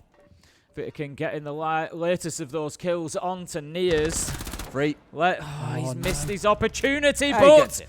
he goes back for more and finds his man. Handy taken out. Few shots to the legs of KDS. 1v2 though as King manages to take down Bullet, and it's going to be all up to Levy to hold on. 45 seconds. There's nothing he can really do with the time here. He's going to have to play to get both of these kills almost certainly. It's really on Faze here and how they want to play this in the 2v1. They've got a smoke in the back pocket of King they can make use of, for example, plus a nade. So they can force Levy to move around. It's the C4 they've got to be afraid of, though. And he's in a really good position. But they both swing at exactly the same time. On towards back bar, collect the closing kill. Faze start out the half with a win, Tim. That's exactly what they needed. Yeah, kind of as expected, really. If we have a look at Faze's attacking win rate on Chalet, I'll be honest, not necessarily amazing, 55%, over sort of recent history. So there is a little bit of room here for Dplus Kia to find some rounds, but we know that Faze can be a bit of a vibes team as well, and they've got a few players there like King. I mean, he's absolutely playing, out of his skin so far today. There's nothing stopping him. There's nothing holding him back, and that's what I mean. He's 10-4 here on Chalet, playing on vibes, and he will just keep rolling over you, given the opposite. This is what they are, a little bit of a vibes team. If they get that confidence, they get that energy, they're the kind of players that just start styling on you, and it becomes a real problem because they know they've got that sort of ability. And they're quite like a vibe-resistant team. They have doubts for the coin, don't get me wrong, but there's always a time in a tournament where they just turn up and go, right, can't lose anymore. Yeah, screw the vibes. The vibes are up regardless of what happens. This is what I mean, and it's as soon as those kills start coming, it's like a boulder rolling down a hill. You just can do nothing about it. And I feel like if they get another round here, they're going to smell blood in the water, and that's what you're going to start getting. They're going to start getting more aggressive, running into sight, trying to get kills, and that's when Faze become at their most dangerous. Well, here we go then, all set up and ready for the onslaught to come on from Faze here in round 8. Faze get this one, Tim. It starts to look very, very nerve-wracking for Dplus Kia because everything will be square and they are on the more unfavourable side of the map. Got an Ossa lineup coming out as well. We're Handy jumping onto that shield operator, so looking for a plant here in behind the Ossa shield. Of course, many options in which you can employ, but given that he's currently set up on the north side towards Trophy and towards Solar, I'd imagine he's looking to get just inside of B and plant it, not too far inside that doorway. I love that setup as well. We've got a little triple beam going across. You know what? That's very ergonomic. It's very satisfying to look at. It's like the perfect right angle. It wouldn't be satisfying to walk through. I'll tell you that now. It would hurt, but it does look satisfying, mate. Oh, it even extends out as well. I love this. Whoa. I'll tell you what, I thought Chalet was a pretty map before, but now it's got all these laser lights on the go. Oh, go on then. Feeling that. So, and they've got laser gates for even. It's like a rave in there. There's so many colours everywhere. Lasers absolutely everywhere. 5 versus 5 still. Faze really needs to be improving themselves on the entry. They knew that the Razor Bloom was there, so the Ossa just pushes forward to trigger And he's just like, what? He's just like, yeah, maybe we should push from the other side. What the hell am I looking at right here? How do I get rid of all of this? We've got to find a spot to get rid, but look, they're just challenging on the ready. But this is what the Ossa's really good for. Can step in, take a little bit of pressure despite all the soft walls. They'll have a spray and try and find his man. It's only going to take one shot to come up, but no. Bullet ain't going to have that chance to bring him down because it's Cyber to get the kill onto the other side. This is a really good response to this setup coming out from Dplus Kia. Faze look ready. Yeah, they really do, and the position of King on that double window as well is making it a little bit of a nightmare. You can see the defenders don't want to come anywhere near this kind of highway of death from the window all the way to the other wall because they know exactly what King's going to do. Just out of sight, he sees his man, he can't quite catch the knee. He does catch him eventually though. King continues on his reign of terror as he takes down Nias. That's going to leave us now in a 3 versus 3. Yeah, it's a good spot to be in, but still at least things equal though, Tim. It isn't like they've got a massive advantage here. It's more the positional one that I think is starting to help them. Those Denari trip lasers still up on the 2 main doorways though, so they can't easily push on through without destroying some of them first. And for that, normally, you need a nade or 2 to roll on through, but there's none of those available, Tim. Falls finding one, King getting rid of Mitty, but it's a 1v2 for Falls. And they've still got to try and play through those lasers. The big problem that Faze have got here is it's a 1v2, but one of their 2 is outside on the rappel. So effectively, if Falls can play this smart and keep himself out of the line of sight of King, keep yourself out of the line of King, he can get himself a 1v1 inside, and then King's going to have to come on in. So he's playing this really well. He just misses the man. He hears King come in. That's why he comes off the angle, but he's got the down. King, though, if anybody was going to win it for Faze, it was going to be him. He's loud for a reason because he's feeling himself today. He's finding kill after kill, and this is a phenomenal performance from him. It's such a tough situation for Dplus Kia there. He hears the rappel and he knows that Vita King is a real problem on that window, so he has to take the chance. But Faze, they'd created that problem because they timed it well. He pushes bathroom as the rappel comes out because he knows that's what's likely to happen. Really well played, Faze. Vita King hasn't got plot armor. He is the plot armor. This is like the third round now where he's pulled out a mega play like that as well. A 3K back in the third, a 3K in the sixth, the 1v1 that he won in the sixth. He is, I don't want to say single-handedly because it's playing down the contributions of everybody else, but he nearly has the same kill total as the rest of his team combined. He is shining so bright in this game. He's warmed up as the series has gone on. He's looking unstoppable right now, and he is the main problem for Dplus Kia. All things are equal at 4-4. Faze are on the preferential attacking side here on Chalet, and I'd largely say the reason why they are where they are is because of that man. Yeah, it really is. And you can see it in terms of celebrations as well. He is getting noisy. Yeah, there's no wonder, you know, there's a good reason that he's doing that at the minute. A very good reason, because he's absolutely flying right now. 13-4. You know, you look across the team, Souls on one side before, KDS 4. You know, Vita King really is the catalyst for Faze, but he's brought them back level. It's 4-4, and we continue on. Maybe saw in the morning, mate, them shoulders. He's got 32 in the match, by the way. Yeah. 32 and 20. It's terrifying, isn't it? Absolutely terrifying. Well, someone's got to stop him. Who's going to be the hero on the other side? It has been Mitty up till now, but he's been very quiet on this map instead. Nears and Falls are the ones that have really been the big contributors in the kills department, but still lagging behind their counterpart. They're focusing towards the trophy side here. 2 or 3 players from Faze stacking up there. The Cyber's in and getting rid of Mitty, who, like I say, just cannot find a way into this Chalet map.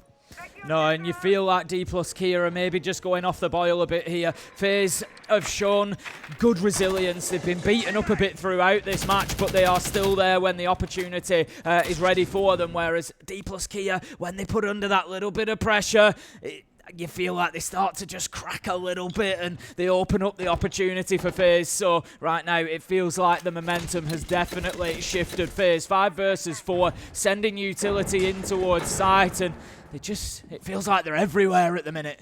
Yeah, Cyber's the one asking questions as well on the office door, starting to look in towards that top floor, but elsewhere it's Falls finding KDS just in front of our very eyes, in fact, so that at least is going to take away a little bit of the sting of Faze, but the pressure is starting to build here. Opens up the wall, and with the flash off the back of it as well, Levy do nothing to stop that kill coming in from Handy, who's now got a great spot here on West Main. Can see through both sides at this stage, which means everyone on Dplus Kia has got to be so careful until he is dead. They're looking for him as best they can. He takes a couple of shots, but it's still going, and it's a freebie from above. The Angel of Death, Cyber, getting one. A trade back the other way. It's down to a 2v2. These teams cannot stop coming down to the wire at the end of these rounds. Exactly that. Every time there's an advantage to one or the other, Dplus in this case managed to get those couple of quick kills that brings them back into it. But Bullet, super low health at the minute. He needs support from Nears because he's the one with the HP. He's going to be the one that needs to try and get into position to take these fights. Souls, Handy, they're the 2 left alive for Faze. 40 seconds left to go. Inside of sight, Handy, he's going to take a tickle of damage. He knows he's not in a position to put the diffuser down, and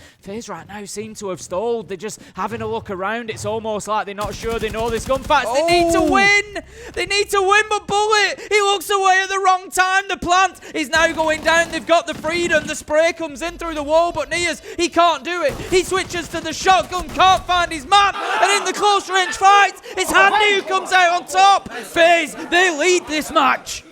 6 of the rounds in this game so far, of the 9 that we have played, have come down to a 2v2 or worse, i.e. a 1v1 or a 1v2. And Faze, they just keep on coming out on top. Dplus Kia, very understandably, calling in their attack timeout because this game is crumbling before their very eyes. Yeah, not too much of a surprise to see that one. You know, we've got a situation now where Faze have won 4 rounds in a row. We saw exactly the same on Fortress. When that half switch came in, they just ground them down. It was 5 in a row on Fortress. That might be the first time I think I've ever seen a Denari banned away, by the way. Our bans are Nomad and Denari, not surprising, in towards Vita King as a target ban for the Nomad, but Denari, I guess they're sick and tired of seeing these beautiful laser lights everywhere. I was quite enjoying myself, Tim. Well, yeah, I mean, like fine art. There's definitely been some big, well-planned setups with the trip connectors. So, like you say, Faze, maybe just the thing is, they are quite difficult. If they're hidden away and you can't get a shot onto them, you've kind of got to break each individual beam. They don't break for long. They're back active pretty quickly, so they can be a massive utility soak if you have to deal with them in that way. And you really don't want to be walking through them, taking the damage, being slowed down. You know, there's a lot of problems with it, so it makes sense given that Dplus Kia have been using it so much. I've got to wonder if at this point it's just a stretch too far for Dplus Kia.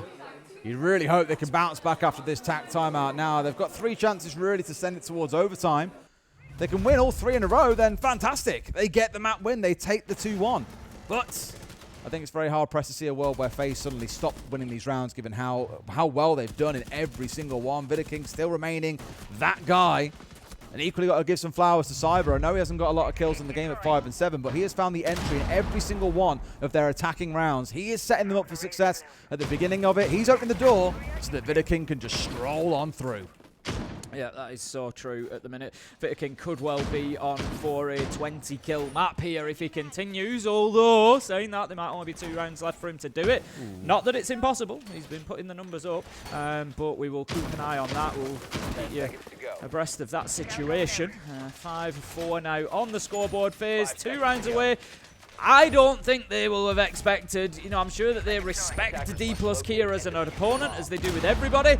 I'm not sure they'll have expected to be, you know, fighting for the 7th round in map 3. No, I doubt they will be, but we'll see how things play from here. Let's look at the lineup coming out from Faze. I spoke to the death about Dockerby today, so I'll avoid over that one, but I'm looking again in towards the Sens that we've actually seen quite a bit of so far at the tournament, Tim, and I'm kind of surprised by that. Obviously, with the change come through last year, where no longer does Warden see through those light walls, which I think was definitely a needed change. But more and more teams this event, it feels, have kind of been relying on the Sens to try and get an execute off in the first place. So that paired up with the Ying, and of course the Dockerby I've already spoken about a lot, like said, I think is a very, very potent combo, which is why Dplus Kia need to find a way to disrupt them early on here, so they aren't getting slapped about by a whole bunch of utility they can do very little about. KDS using that ever so popular angle from up on the roof down towards Piano. Nias has reverted back to that clash again. Yep. We've seen kind of limited use of it here, but thinking that it might be the difference maker. It's a bit of a funny one. Clash is, you know, really powerful. We know how good Clash can be. And sometimes you look at it and think, you know, is it like nothing else is working, so we're going to bring the Clash? I don't think that's the case here because they've had so much success with it previously. But look at this aggression to get them on in. Candela's galore going off. Cyber manages to pick up Mitty. This is brilliant. Oh, wow. They're just flushing them forward. Souls picks up Bullet. 5 versus 3, 4 versus 3 as Levy starts to fight back with a late trade. But the kills keep coming from Faze. They will not be stopped. Handy onto Levy. 3 versus 1 now. Honestly, been a heroic fight back from Faze, given how things started. They were down 4-on-1 at one point, let's not forget, but they just cannot stop winning these rounds back to back to back. And the executing this one, absolutely beautiful. The smokes, the candelas, everything has just all come together that they forced the players of Dplus Kia. Back Faze raced into the gaps, took a lot of room, and have punished Dplus Kia off the back of it. That makes 5 rounds in a row, 1 more, and they get the 2-1 win they so sorely need. Such an unfortunate finish in many ways for Dplus Kia here. It feels like they're kind of limping out of this one. But, you know, you've got to bear in mind there's a lot of factors here. This has been a long match. This has been a really, really long match across these 3, and tiredness, fatigue, all these things will start to, you know, possibly have an impact. There's a lot of experience on the side of Dplus Kia, don't get me wrong. It's not the first time that, you know, they've been in such a long match or in, you know, a stressful situation at something like Six Invitational. Like I said, we've got major winners on there. We've got, you know, all sorts going on. But it just feels like it's taking its toll a little bit. It feels like the foot is off the gas for them, whereas Faze have smelt blood in the water and accelerated through it. One thing I will say, I think it will give a lot of respect to Dplus Kia, because throughout this group stage, they have played really well. Don't get me wrong, 100%. they didn't play well against G2, granted. I think otherwise, they have looked really, really impressive so far in this group stage, and with them already guaranteed to be qualified, I'm not quite sure where they'll finish yet based on what happens today and tomorrow for our other games in this group. Of course, G2 coming up next. That, I think, is going to command a lot about where they actually sit, if they're in lower bracket or if they start in round 1 of the upper bracket. Yet there's 2 lives if you go to the upper bracket. In the lower bracket, 1 loss and you are out. But no team can take them lightly. They have to be respected here because they've shown already across those first 2 maps they can run Faze to the wire, even take maps away from them. And that in itself is a team that cannot be ignored. I'll hold my hands up and say, you know, coming in here, I know they had the win against Shopify Rebellion, but I was kind of more focused on the loss to G2, and I thought, I'm not really too sure about Dplus Kia. They've qualified, they've done well, but honestly, it's the first time that, you know, we've covered them and seen them play in detail like this. Yeah. And I am super impressed. I am super impressed with how organised they are. Don't try this again. And how well they're playing. I was like, please, let's try it. Let's not try run out again. I've already been punished for that one once, Mitty. You don't need to do it again. Off it goes roaming on through, and again a player that I'll raise that has had a very quiet map, given he was so effective on the previous two. Just kind of fell off at the wrong time, unfortunately. Here comes the light screen here just to try and get themselves something inside. DMR to blow away the keeper barrier and expose a little bit of an angle on towards mezzanine to start threatening those players. He's been here before, Tim. Kind of got that triangle set up here, and it's about trying to keep the Dplus Kia players at bay. Entry going the way of Faze once more. KDS finding that one. It's not Cyber Tim. He did get our last 4 entries, but it's another Faze entry. Yeah, Bullet had relocated to bathroom and he tried to take the shot across onto balcony, but Faze are switched on at the minute. You're not going to catch them out with something like that. KDS was ready for it, picked up a cheap kill, and that leaves them now without any more Kiba barricades, which makes the library difficult to hold on to. Nias has had to move into library box, and I think, you know, Faze are probably going to take this ground sooner rather than later. I get the scan to falls at the very least, but they too caught out by that. Manages to keep himself out of range of the Lion scan. First Candela comes on through and they try and make a move on 4, but Falls at least manages to fight back. They don't concede all the ground that they did in the previous round, but down goes one more. KDS on for a second in the round. Handy's found another, Tim. It feels like Dplus Kia are crumbling before our very eyes. Yeah, exactly that, Faze. Like I say, they've just found another gear, haven't they, in the last few rounds. Really accelerated through it. That's the class that you need as a world champion. Sometimes you got to be able to dig deep when the chips are down. Find that little bit of extra grit and get yourself through it. Faze do exactly that. They're going to take Chalet with a good few rounds back-to-back at the end, but let's not overlook the contribution of Dplus Kia to that matchup. They have pushed Faze closer than anybody else so far to a defeat, and that was really, really well played from Dplus Kia, but ultimately, Faze the better team. You can almost forget that across 5 maps, Faze have won 4 of them 7-1 and lost the other 8-7, right? This has been the hardest they've had to work so far in this group, and that in itself, their command praise. But again, looking at Faze, that's 5 attacks in a row they've won on Chalet. We knew coming in it was going to be attacker leaning, Tim. I don't think I quite expected that attacker leaning from them. No, they just weren't. They were just unstoppable, weren't they, when they got onto that side? And I think there should be a few thanks going to Vita King maybe after that one from the guys. Oh, you know? mate. You've put some serious numbers up there. I'm sure there'll be a pat on the back somewhere. Maybe a few, a couple of beers at the bar as well, I think it's fair to say. I'm looking forward to seeing his series-wide stats as well, because like you said, he's put up a lightning performance there. As one of the more backline players normally, he's quite quiet, I'd say, overall, but here, he's got nuclear. Fair play to him. We know he's got it in the locker, and he's absolutely lit it up. 15 and 5, 82% cost. That's just coming from all the kills, to be honest. Yeah. 150. He had a contribution every round because he kept killing people. 151 EPS, fantastic performance from him. But again, what I like from Dplus Kia as well is we've spoken a lot about Mitte, but then you look at that last one, you had a great performance from Falls thrown in there. Nia's going off. So just showing that they've got multiple players there. Handy. Vita King, of course, taking the MVP there. Handy with some good stats as well. Cyber certainly contributing. But look at Falls overall. You know, great performance. Mitzi and Falls between them 13 and 5 on the entry, right? They were dominating on the entry. As I said, it wasn't until those final 5 rounds that we really saw them step up. And as mentioned, Vita King, most definitely the MVP for this map, has gone absolutely huge for his team and dragged them through what otherwise could have been some very difficult rounds. Yeah, exactly that. I think ultimately the main area that Faze need to be looking at coming away from that is that entry, getting themselves behind far too many times, allowing, you know, opportunities for those kills to come in. But other than that, towards the end, I think they'll be pretty happy.